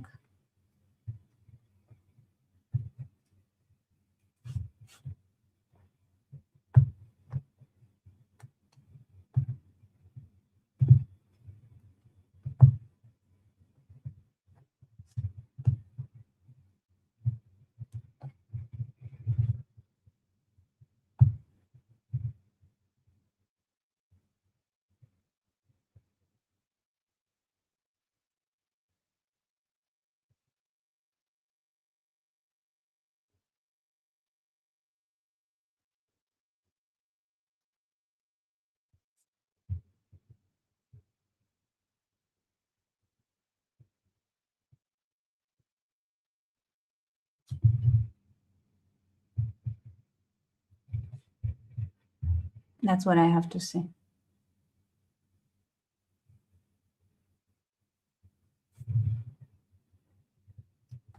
Yesh 3. Did you just join? Guys, explain to Yesh 3 where he went wrong in his sentencing and his the entire thing. You know you see what I'm dealing with? You see how hard my job is? Do you understand what I'm trying to do? Like, do you understand what I'm dealing with? Do you understand what I'm dealing with? From both sides. But until the Jews don't understand what the Bible actually did and what went wrong, like exactly in this entire sentence, literally, this entire sentence, throw it to trash. Until you don't understand this, you will get the wrath of Esav, and you'll die. And unfortunately, for some reason, I'm part of you idiots. And I don't want to die with you. What can I do? I want to leave. God says, I put in front of you, you know, the klala v'bracha, the blessing and the curse. Choose the blessing. I see the cursor. I see it. I see the blessing and the curse. I see it, everything in this one sentence. I see it.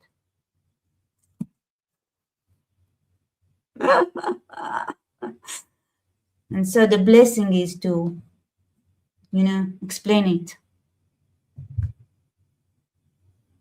Now, guys, please, can somebody like write an explanation for Yesh 3 where they went wrong?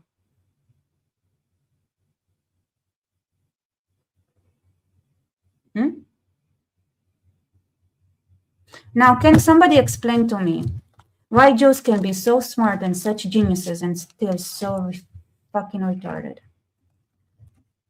If they choose the curse, they get the curse. This is why, I mean, they go against the Bible. I hate it when Jews do that, which I understand. It makes me feel like Christians do. Oh, you don't do what the Bible says. The problem with Christians is that they don't understand the Bible like at all, which is very annoying. And I understand what they do wrong, but, you know, but people are also like, you know, they're like, I don't choose the curse. I just choose laziness. Okay, choose laziness. Choosing blessing is an active, painful thing to do. Otherwise,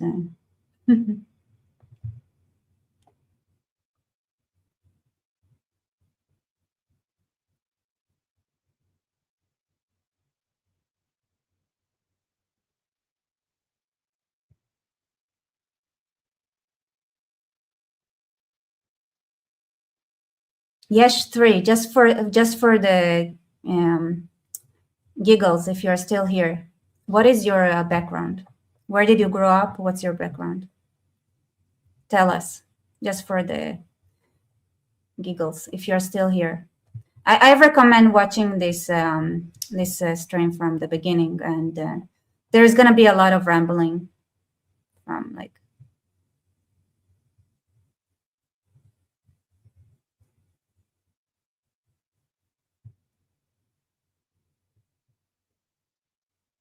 Wow, maybe they went away. So sad.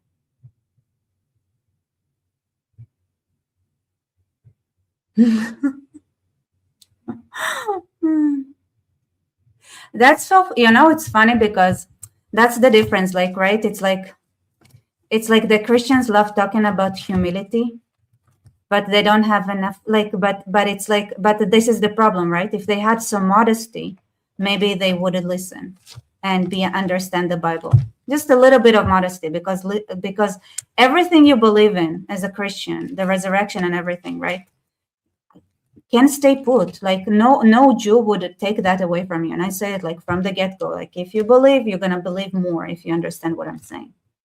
But for that, you need modesty. Unfortunately, humility requires you to think of others and not about yourself, and not understand, like, sometimes, like, the way to grow is to be modest and listen for a moment, because you are important as well. And if you grow and understand, and maybe that will touch on some pain points that you're suffering from and you didn't know that you're suffering from, because if you know what they say, hurt people, and if you weren't hurt, you wouldn't be lashing out and trying to kill Jews all the time.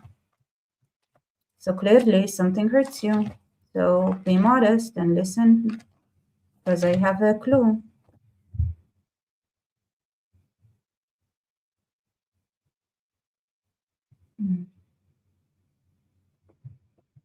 All right.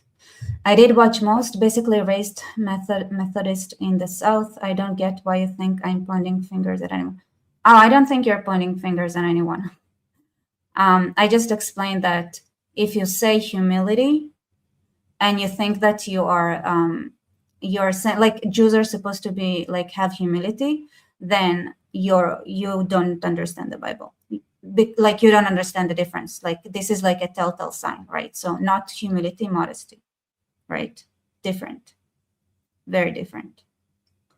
So very different way of thinking, right? So the modesty allows you to be selfish, ironically enough. It's not like you don't need to be an exhibitionist. Like be modest and instead like keep things hidden. Keep things hidden about yourself so that because when you're modest, when you don't show everything right away, you allow others to give you something that they wouldn't have if you showed everything. All right, that's the difference. And so ironically, the modesty is a selfish act. It's not humility where you think about others. It's modesty where you allow others to maybe give you something that they wouldn't have given you if you were exhibitionist, whether it's in whatever in your mind, whether it's something that like what you wear, right? Like when you hide something, right? God's honor is to make things hidden. A king's honor is to search for the truth, is to inquire. And so it is actually you thinking highly of yourself when you are hiding some things so that others would inquire. And while they inquire, you learn about them. So you have power. Modesty gives you power. Humility doesn't. So let's try reading. I don't know where was it. What you wrote there.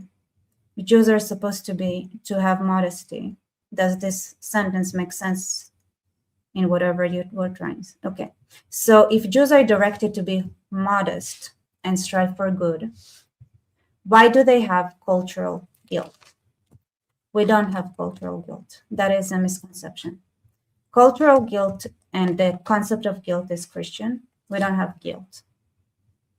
I don't know why. Like, when did you ever see like Jews being guilty or feeling guilty of anything? Like there are some Jews that just like are so used to like being blamed for anything because they grow up among goys, but it's not inherently cultural in Judaism. It's Jews that are just bullied into being that. It's not natural. So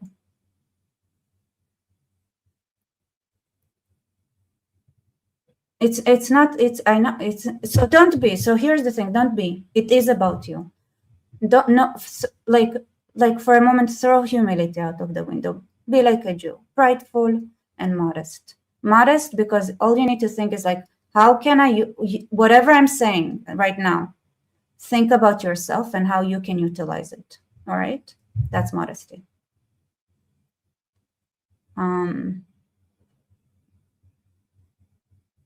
So I don't know,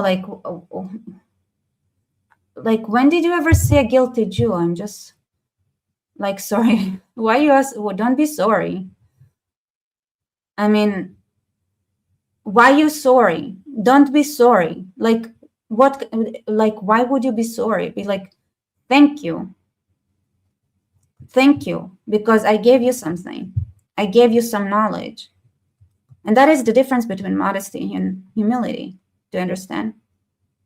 Don't be sorry. That's not what Judaism asks from you. That's the problem between the translation between Judaism and Christianity. God wants you proud. God doesn't want you to humiliate yourself. God is proud of its creation. God wants you to be open and accept and give and take and be willing to accept all the gifts that it throws at you. And you, if you are making yourself smaller, you might not see all the gifts that God is trying to give you.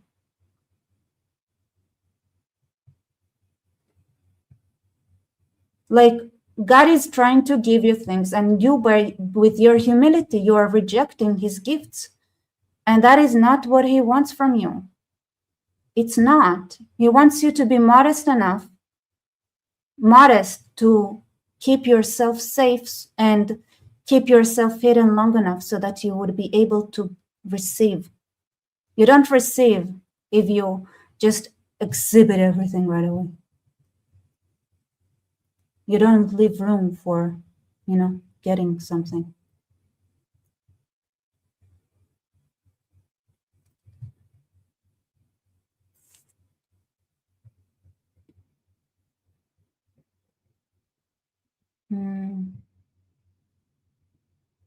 You're saying in the US, Jewish comedians. Why do they feel guilty? I'm gonna be very honest, okay? I'm Israeli. I don't understand them. But it's not Jewish. It's not Jewish. It's it's because Jews are modest and not full of humility. Some people understand the difference instinctively when they face them. And they make it their life mission to make sure that they are humiliated enough to be guilty and feel humility. And they don't stop until the Jews internalize that they are guilty for existing and making others feel they are guilty of making others feel less confident.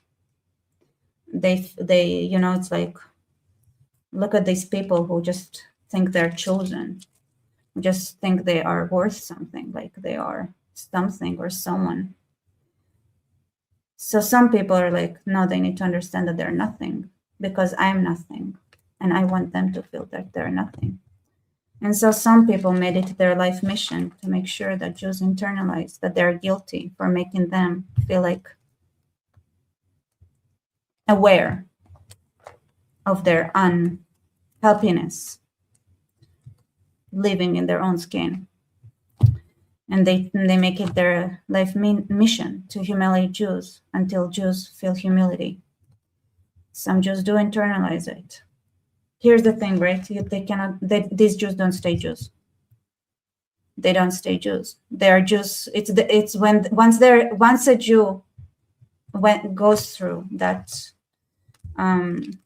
psychological path, he is a last generation Jew. He is a last generation Jew. He's out.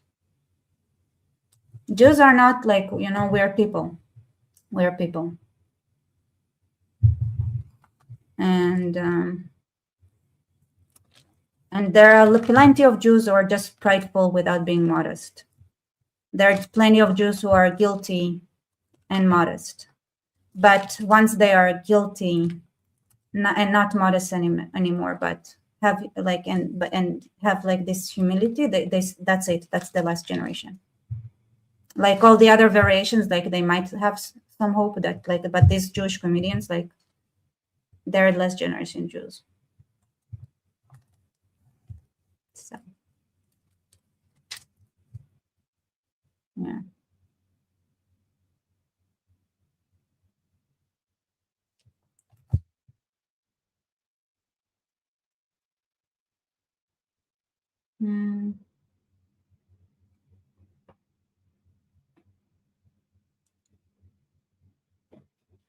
You're saying, First Consul, the difference is Judaism in America comes from the soul. Judaism in Israel, by the looks of it, comes from the state, more top to bottom. No. this is like, you say sentences like that make Israelis understand why American Jews are so quick to assimilate.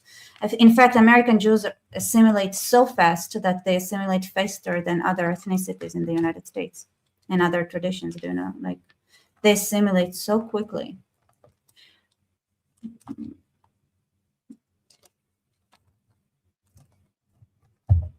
You know what? You know, it's like you know, what's their favorite joke? Like, you know, what's the difference between Trump and the average American Jew? So here's the biggest difference between the average American Jew and Trump. Trump's grandchildren are Jewish. When you have, like, this is why and the Jewry in America is disappearing. And it was always true, you know, most Jews don't remain Jews. Judaism requires a lot of works. It means that you need to go against your nature that says that you're nothing and you need to loathe yourself. It's a daily struggle to choose the life and choose the blessing and fight against the world in order to achieve something that looks like it's impossible to get. It's, you know, it's easier to accept reality and just stop being Jewish.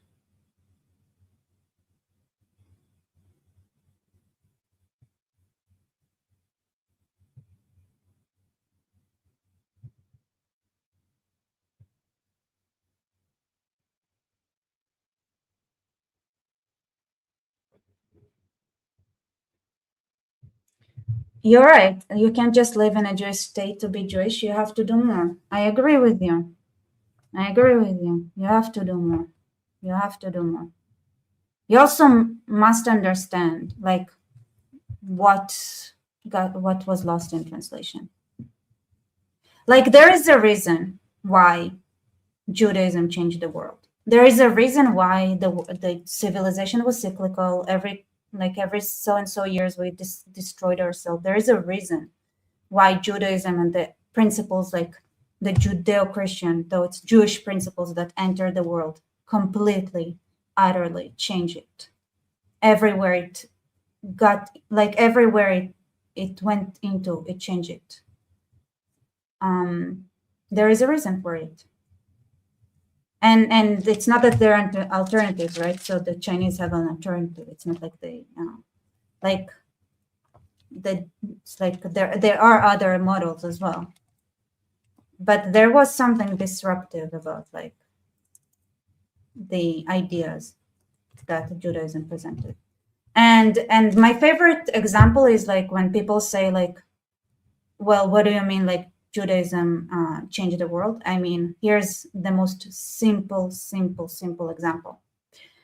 2,000 years ago, there are plenty of writings that are, you know, cover several decades of different cultures encountering Jews and mocking their custom of having a Sabbath. So Sabbath was something Jews were mocked for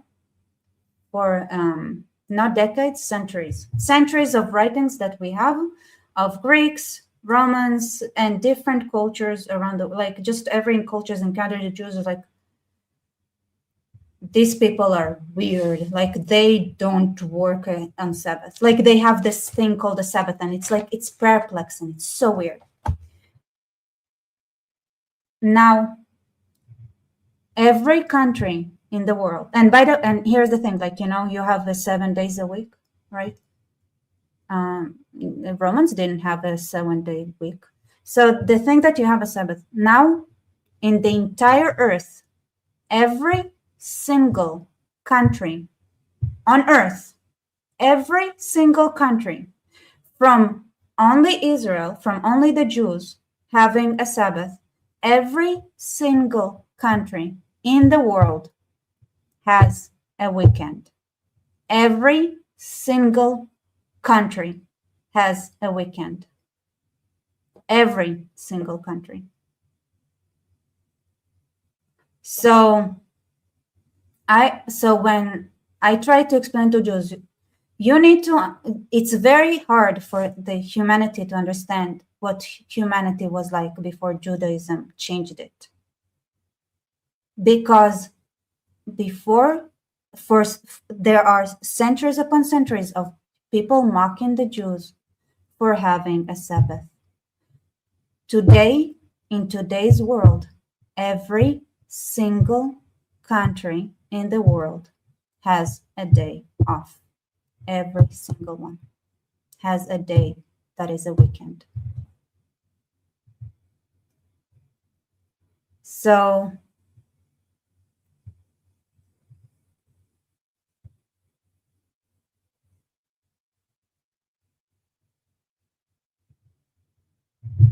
they don't say that you need to repent. What they mean is to say that you should be saying, thank you, Rebecca. That was very interesting. I've widened my horizons. That's the repenting part. Don't like that's the other thing. What is repenting? Like, repenting is not like you did something wrong. Repenting is thanksgiving, actually. That's it. That's how you repent.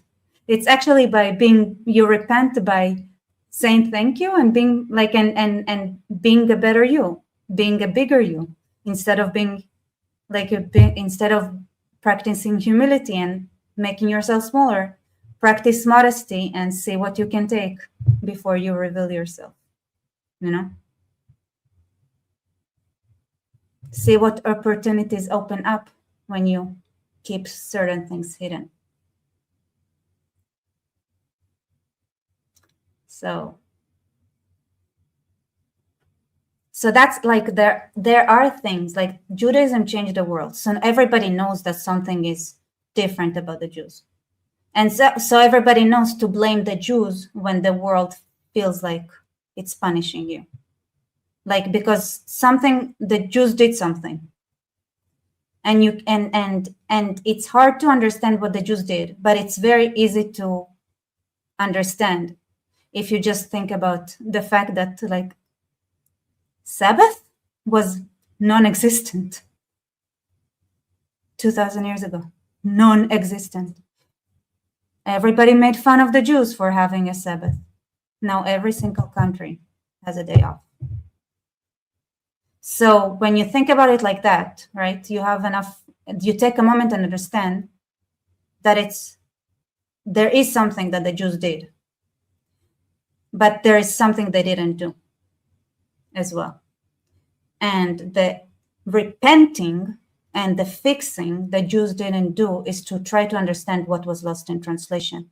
And the most important one that I can tell, right? The most important one, the ones that are in the first several pages in the Bible. You don't need to read the entire Bible. Just read the first pages.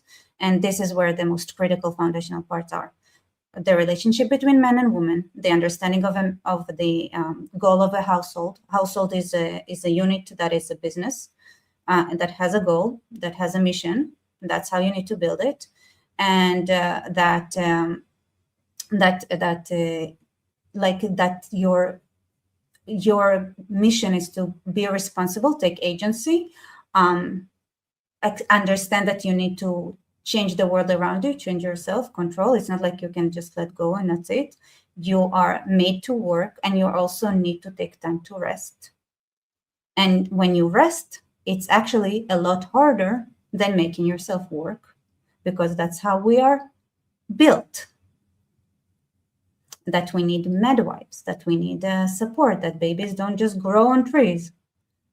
And that we are in a journey.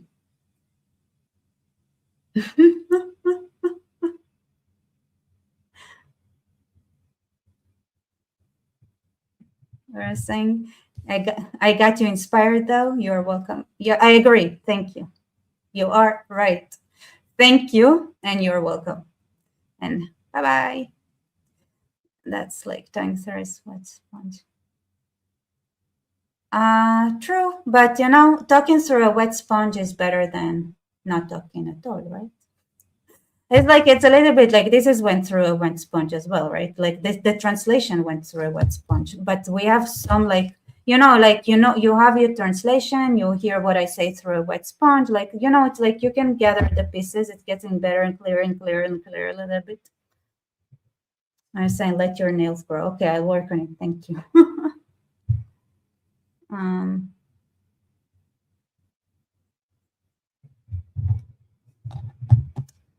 Right. You need, you know, it's always to say, like, if you don't know your past, you know, your future is in darkness. And Jews also need to understand the past, like what they did to change the world. And it's hard to understand what you did to change the world, but it's very easy to find, like, to grasp it if you think about the Sabbath.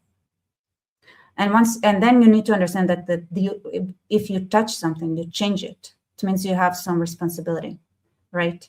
The Jews, what they did, like, they trespassed. They touched something that is outside of the realm, right? You took something, like, you changed something. It means that you gave yourself some agency in the world. Now, it's important because, you know, for some reason, like, if you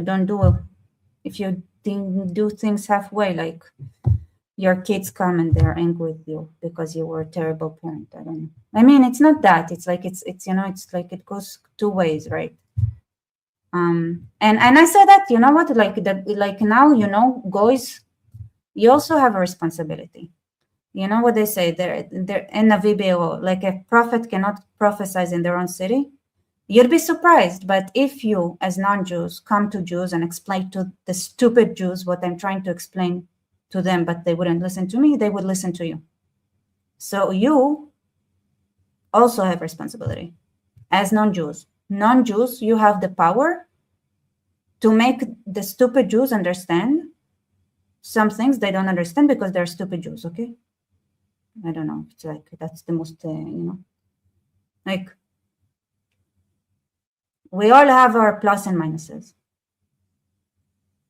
That's the way it is. So I'm talking to non-Jews a lot, and Jews, you know, and stuff, and whoever is here. But I also want to say, like, to non-Jews, there is a power to non-Jews that Jews, like a person like me, like, with inside the tribe, like, we don't have it, like, because we are blind to it, right? So I cannot, like, it wouldn't make sense for a non-Jew to ever understand the difference between humility and modesty. It takes a Jew to understand it, okay? It's just reality. It takes somebody who knows, like, it takes work, whatever, right? Like, and because one is translated and the other is like the original, like, you know how to, I have a framework to compare, okay? But at the same time, right? The non-Jews also need to understand that the Jews are also retarded, right? It's like, you don't know everything, but we are stupid as fuck. And therefore, we showed by example how everywhere we go, everything goes, like, changes. We don't even understand what we did. We're like, did I do that? Why I love Stephen Urkel. Did I do that? Like, you know, the Jews were like, oh yeah, like, no, we didn't do anything. And he's like, are you joking? Every single country has a Sabbath now. That's not normal. You did something. I was like, oh, did I do that? Yes, we did. You did do that. So it's like, you know, it's like, it's like, we need to help each other. We have a goal. And the Jews are also retarded. They have their own retardations. They don't like, you know, and it does, you know, a lot of rabbis, like, I got to talk to, the reason they started even, like, realizing there is a world outside is because, like, a Muslim came to them, and I had this conversation with Daniel Rowe, and he's like, you know, a Muslim came to me, and after he cursed me for like an hour, and I was like, okay, so okay, fine, I'll die. What do you want? And then after an hour of this random Muslim just being angry at the rabbi, the Muslim was like, you know, here's the thing. Like I'm telling you, like he said, like an hour, as like this guy just told me to like you know, the usual Muslim stuff. And like in the end, it's like, you know, Rabbi, I know that you need to do something and you don't do it. I don't know what you're supposed to be doing. I just know that you're supposed to be doing, and you're supposed to be doing it. You don't do it, and I'm angry that you don't do it. I don't know what it is, but I can, like, after everything, I know you don't do it. And then that rabbi decided to get his face out of his ass. Yes, it takes a lot of terror attacks. It takes a Holocaust. It takes a lot of non-Jews being very, very angry. It takes a lot of, like, you know, whatever. And after an hour of like, you know, it's like the rabbi is like, you know what, like, I get it. You want us to die. Fine. But like, why? Why though? Right? So like the rabbi had this, like, you know, it only took several terrorist attacks and stuff like that to start listening to the other side and be like, okay, fine, but why? I know, it's like just out of curiosity. And then it's like, I don't know, you don't do something. And then that rabbi was like, oh, maybe I'm actually not doing something. What am I not doing? And then he started thinking, that idiot, you know? And like, whatever. I was like, oh. And I was like, oh my God, a Jew who understands what I'm trying to say and do? He's still a retarded, you know, like all the Jews. But and it's like, you know, okay, so you understand. But it's like he's too comfortable. That's the problem, right? So it's like once you rabbi at his level, it's like, okay, now you understand, but I know it doesn't have, like, he's too comfortable, right? If you're too comfortable, it's like, yeah, why would he, like, why would he would take a risk to do what I do? Now he knows, he understands what I'm doing, but it's like he doesn't have the motivation because, like, he already has his name and stuff like that. But, you know, it took a Muslim and several terrorist attacks and stuff like that, and an hour of, like, getting called an idiot, and whatever it took, you know, to get the attention from the rabbi to finally think that maybe I should get my head out of my ass a little bit. And then he went ahead and put his face back into his ass right away. But, like, you know, now he has it in his memory, though. So that's something. It's something, you know what I mean? Ron, I know you are beautiful. You're beautiful. I'm retarded. You guys are beautiful.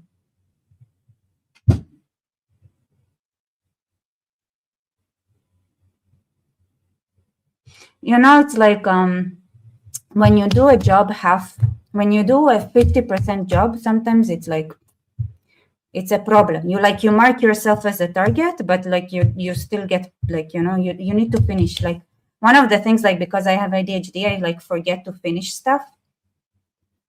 And like, if, okay, I do something, like I put like most the dishes and then I forget to turn it on, it's like, you know, it's like, it's you don't know if it was better if you did nothing, you know, because it's like this, why couldn't you push the button? Like, how hard is it? Like, you know, it's like, you know, it's like,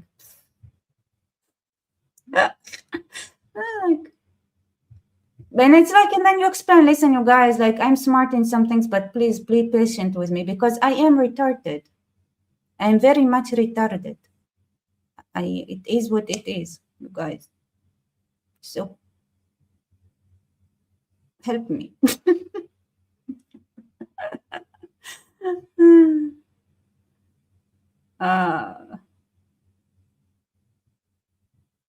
Yeah, don't be a loser. Such a stupid mantra. I hate it. It's like, oh, what's the problem? Pull yourself out of the shoestrings.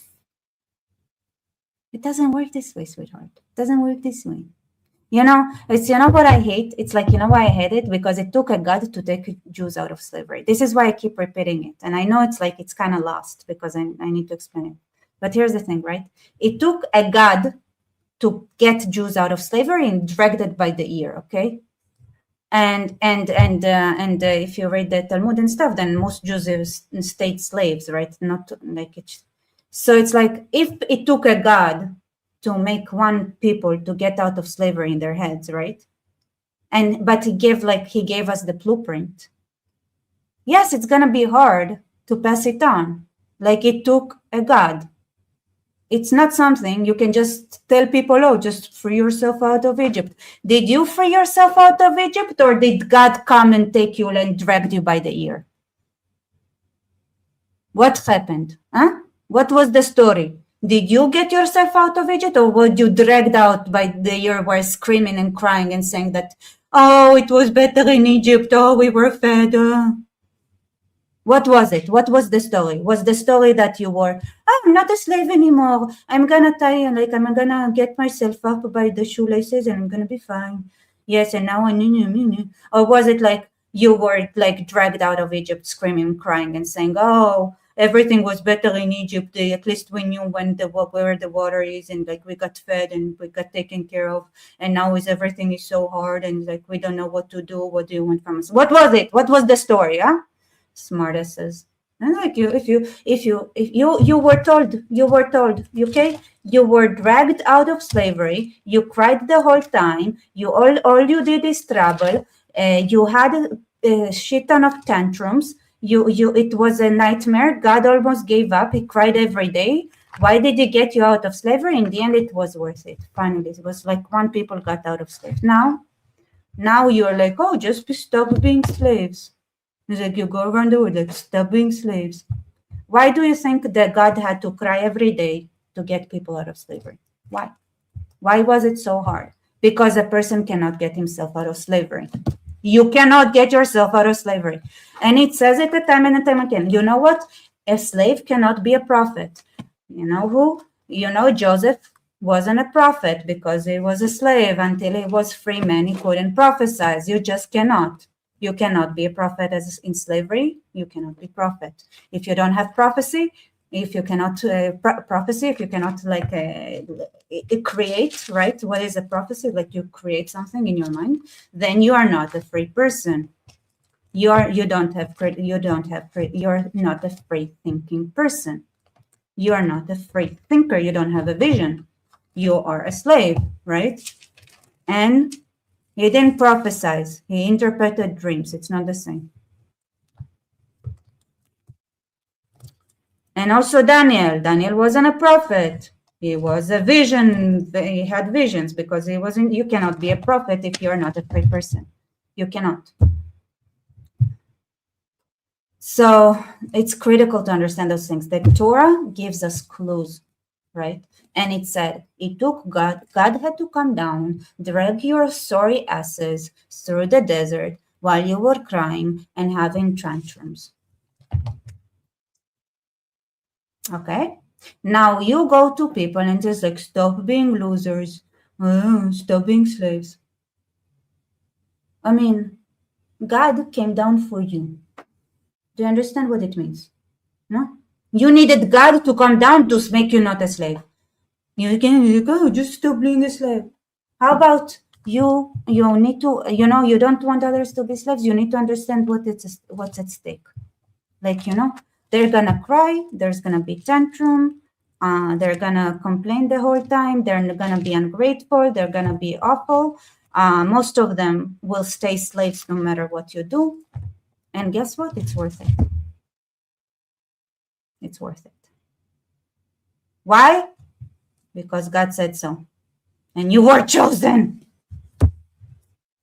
And, and you think you are so great and chosen, then do your job. You don't do your job, you get electrocuted by the fence again and again and again. Stupid Jewish monkeys.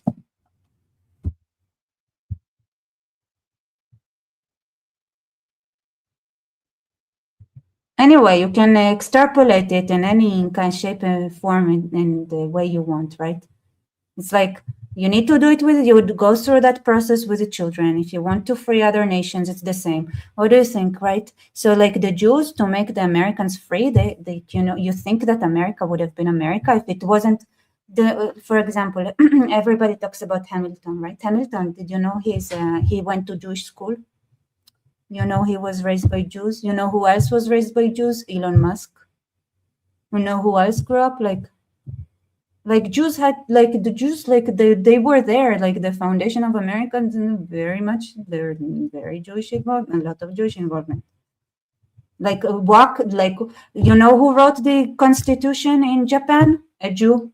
A Jew wrote the Japanese Constitution. A Jew.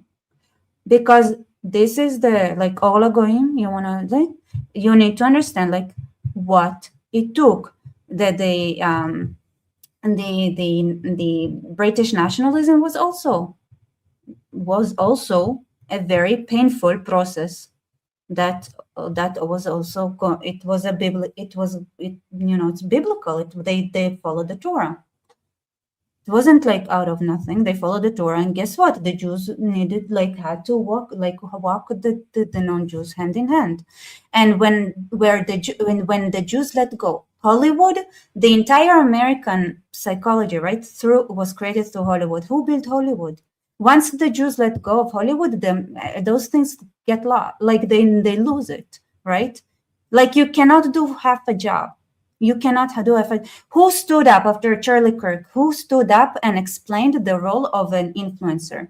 Who had to do it? Ben Shapiro. Why did Ben Shapiro do it? Why was it Ben Shapiro that needed to give that kind of speech? Why wasn't it one of the change battery pack? Why was it not one of the let me just switch the camera. Right. Yeah. Yeah. Why was it not, like, why wasn't it one of the non-Jews that gave that speech? There is a reason for it, right? I'll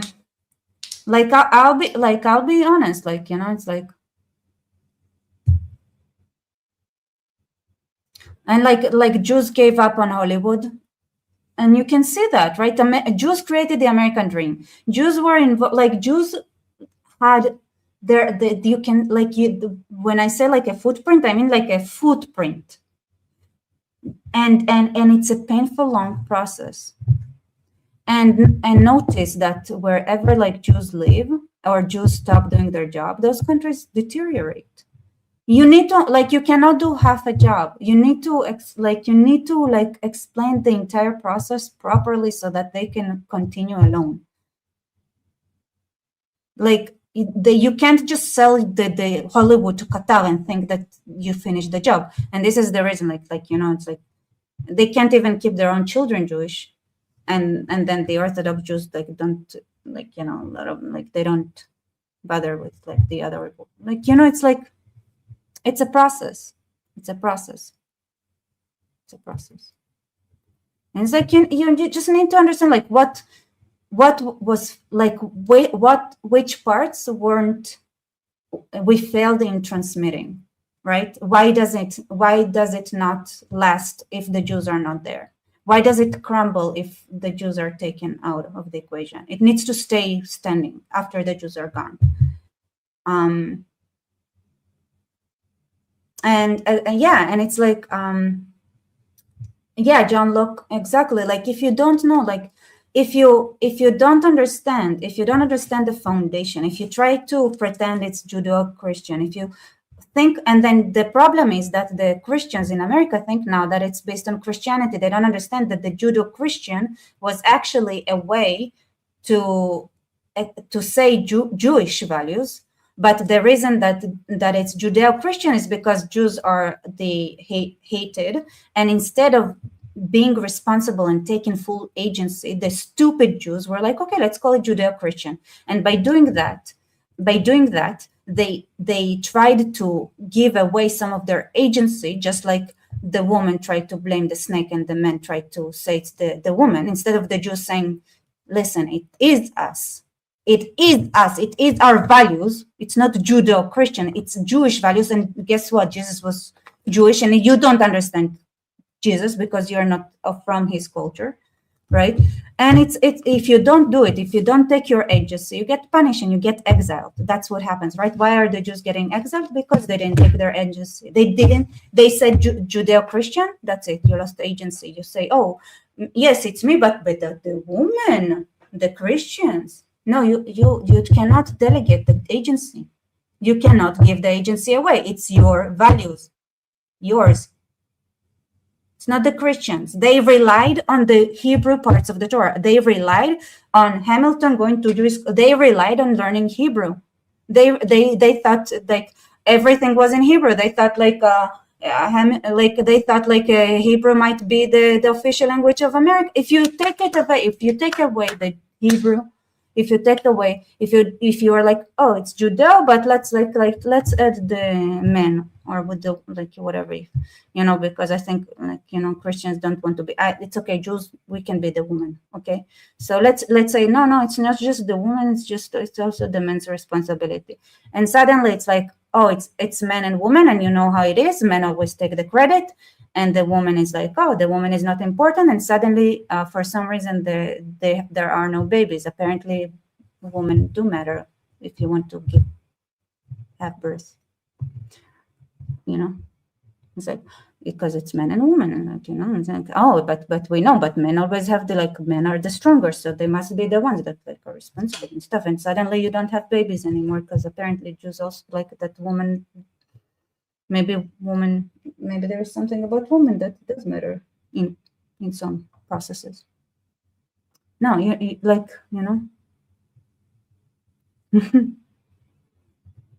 Charlie, not enough.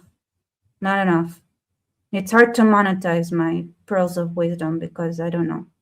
I'm just one person, and it's like I'm trying to navigate a world that doesn't really exist, because Jews didn't really take enough agency, if you ask me.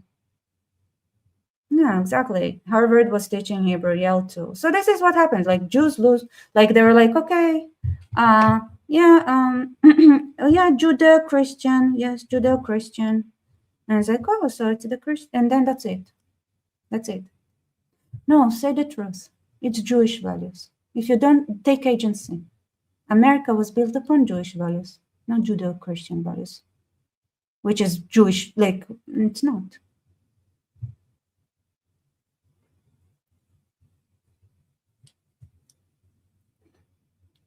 There isn't a Jew who reads about Jesus and doesn't understand, like, wow, Jesus is super Jewish.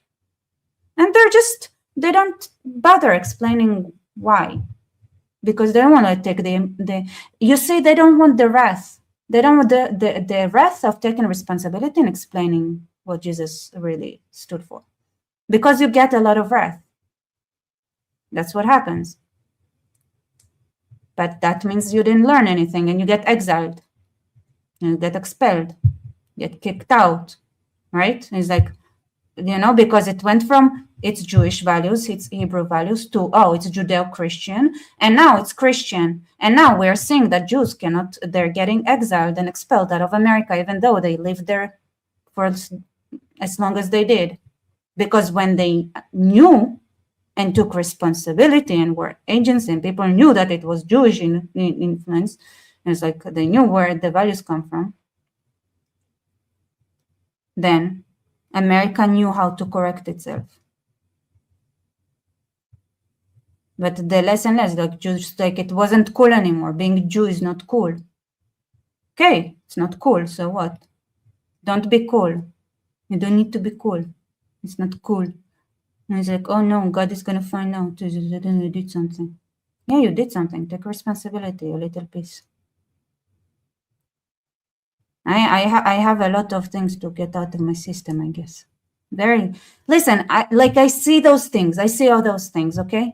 And it's hard to explain it to others. And it's like, okay, how do I get people's attention to listen for long enough? The Jews are idiots and retarded, and they're gonna get slaughtered again because they have no agency. They do half work and then run away, and then they get the resentment of them not doing the work. It's like. And I was like, And I was like, no, you know what? I studied anti-Semitism. I can't blame the goys. I understand. I don't think Jews have empathy. You only have empathy if you bother understanding someone else. And they don't. They don't. I'm sorry, they don't. They don't bother.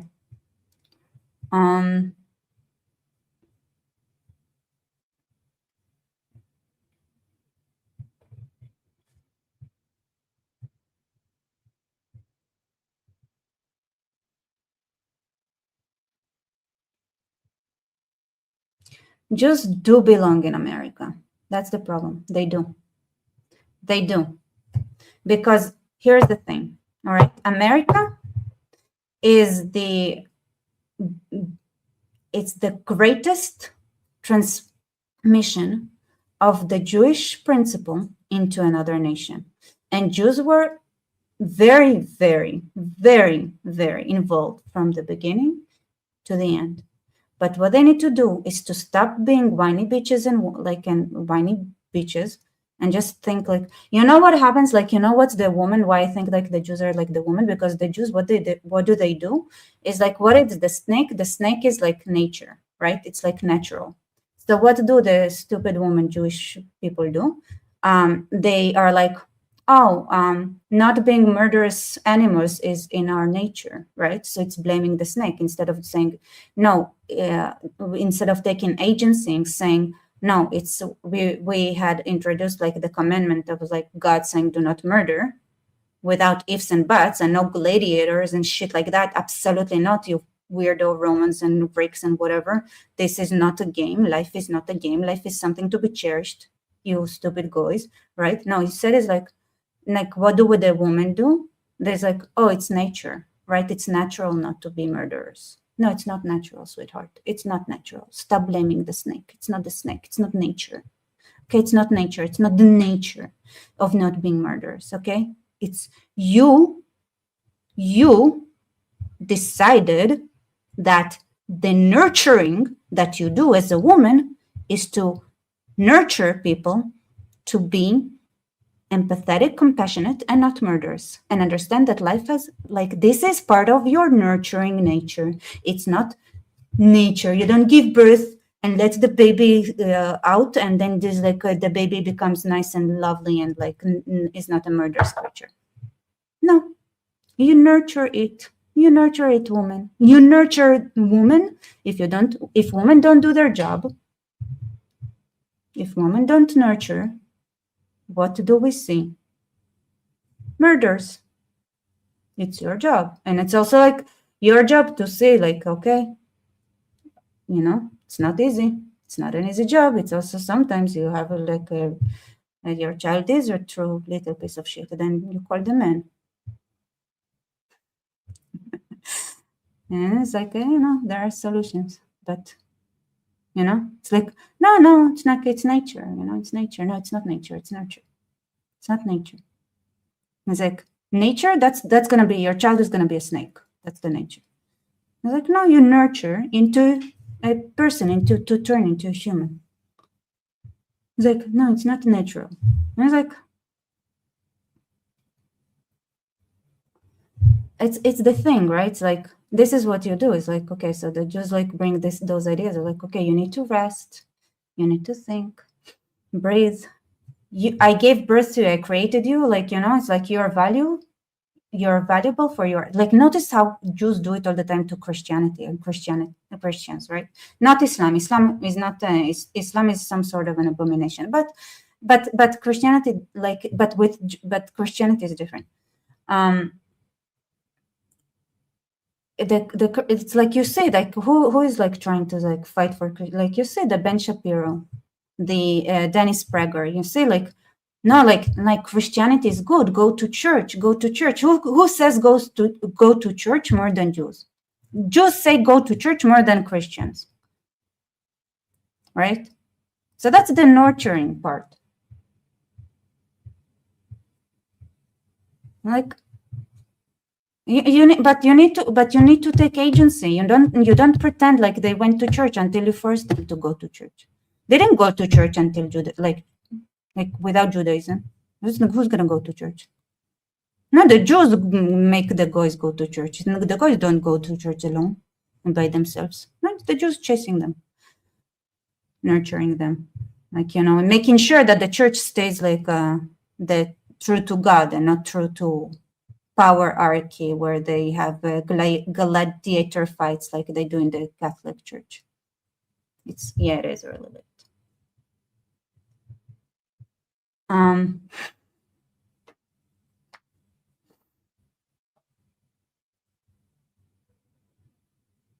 That's the thing, is right, you know.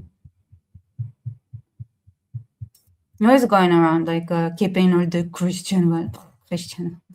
Oh, you need to fight for truth, right? It's like it's Christian values. No, it's Jewish values. Stop lying, okay? Stop lying. It's not Christian. It's Jewish. Who is doing? Jesus was a Jew. Why did it go through the Jews? Because the Jews are like, it's like, if the Jews nurture it, right?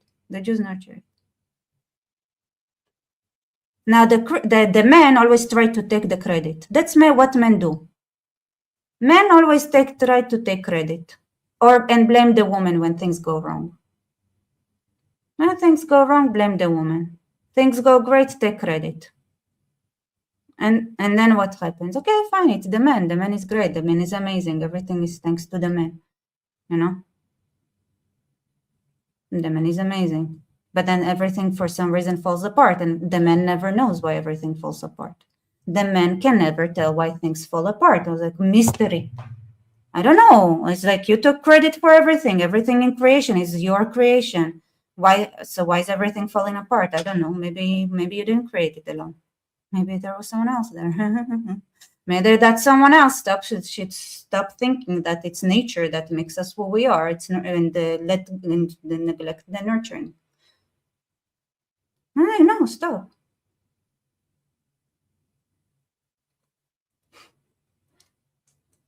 Like, no, it doesn't work. There's nothing wrong with being a man or being a woman. But if you don't understand like the work, like there is a reason like Israel is a bride, right? Like Judaism compares it to a woman a lot.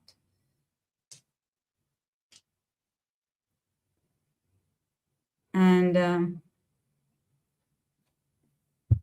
right, because to me it's funny, because if we say the truth, right, Jesus is Jews, right? The resurrection of the Jews, of Jesus, is the resurrection of the Jews.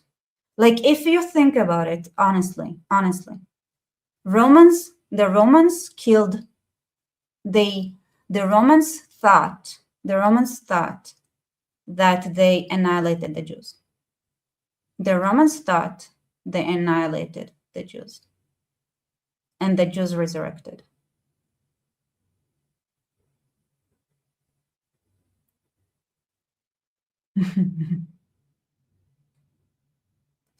Because it's too similar. The way Jesus is an embodiment of Judaism, and there are a lot of speculation, like the entirety of the Jesus framing is the thought was around Jews are gonna go, that Jews are they're gonna go extinct. Like a lot of the Greeks were like, okay, that's a dying people, that's it. And the thing is but no, the Jews resurrected. Jesus, whatever, it's because I don't know if people understand, but the Holocaust, the annihilation that the Romans brought was more thorough and brutal than the one that the Nazis did. They did more. They did way more. The Jews were supposed to be dead, and they resurrected. I was like, yes, okay, whatever. You can have it as. It's so funny. You can go. You don't have to stay. I will go to sleep soon. But yeah. Japister, thank you so much for your support. The de-Judaization of America's first goal now is to blame societal problems and chaos on purely biology. It creates people who think they cannot fail. Yeah, this is the thing, right? So it's like the Jews stop nurturing, thinking oh yeah, if we stop nurturing, that they're gonna be great, on themselves, this is I like it. If you take the entire framework, I'm telling you, Jews are the women. It's and because of yeah. So the men take all the credit and then blame the woman when things get wrong. But when the Jews stop, you can see that Jews don't understand their role when they oh yeah, well, I didn't do it. Like, no, yeah, it's a Judeo-Christian, and like, and Jews don't have any problem with giving all the credit to the Christians, right?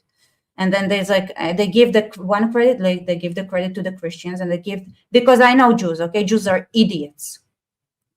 Do you think Jews know that they are the ones that invented the Sabbath? No, I'm telling them, because they're idiots. Jews are retarded, okay? They're like women. Women are stupid, okay? Women are stupid.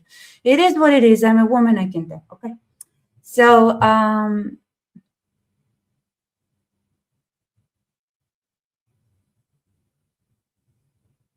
anyway.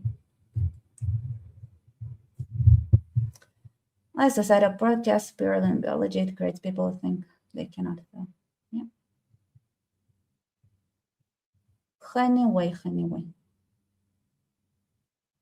So take agency. And anyway, dear guys,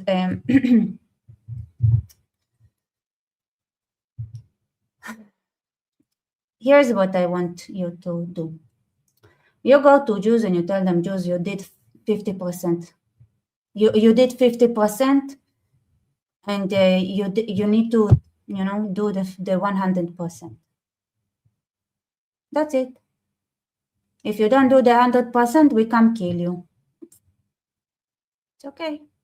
Well, that's life. Okay?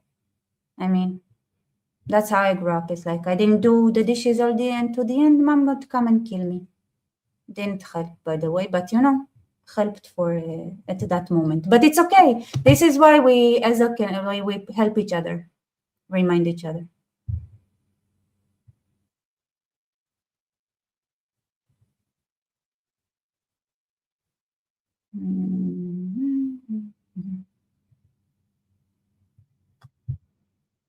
Sorry, I didn't wear. But like I put the hoop earrings, right? I think it's parity, like pirate style.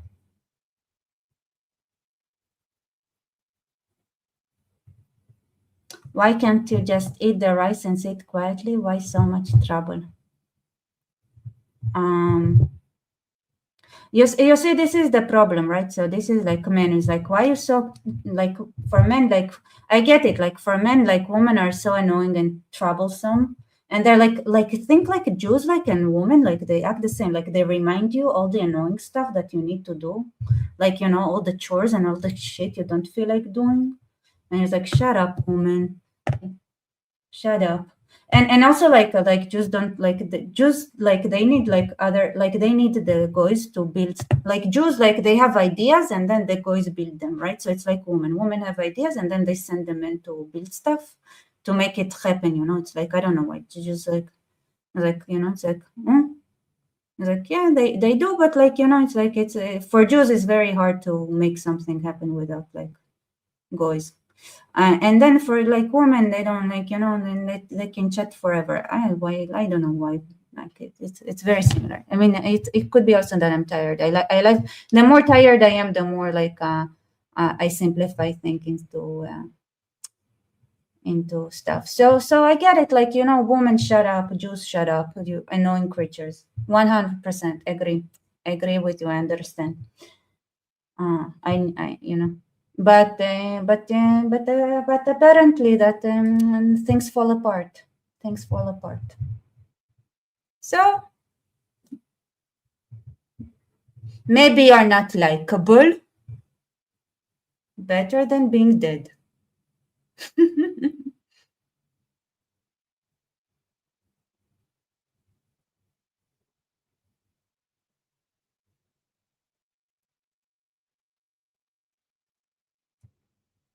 I love it. Like, men are so funny. It's like they like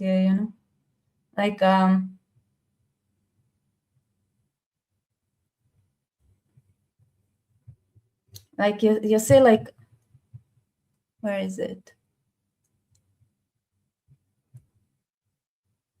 Like I know you guys mostly are fine, but like from time to time, like I get comment like, where is it? The stupid like sexist comment. Where like you can see like that, like there's this need like of men to like minimize women, like make them smaller. It's like the same. It's like you don't want to, like, you know, it's like the thing was like nobody wants to give credit to Jews, nobody wants to give credit to women. It's like the two segments of of society that are the most creative and gets the least credit for their work, which is fine until you realize your children grow up to be murderers and killers, and you wonder why, and you're like,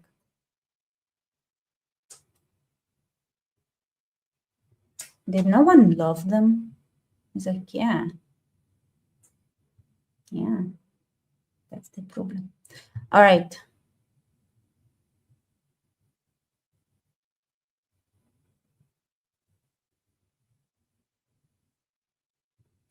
Joseph, you were literally told that you don't like taking credit earlier today, and I love credit. You know, I was like, I'm a woman, but big ego. So you know, for every rule there is an exception. This is how you learn English. You learn English by knowing like this is the rule, and then you get like a shit ton of exceptions. And like, why is there a rule? And like, well, in general, there is the rule.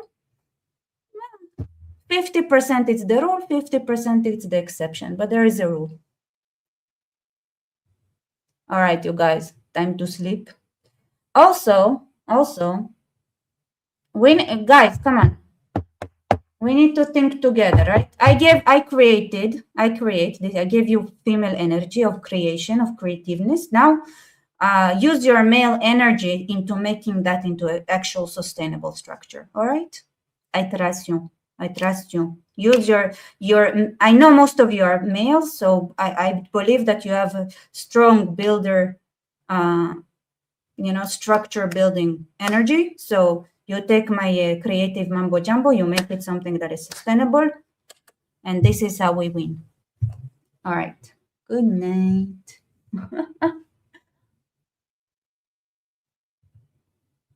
Bye. I forgot to.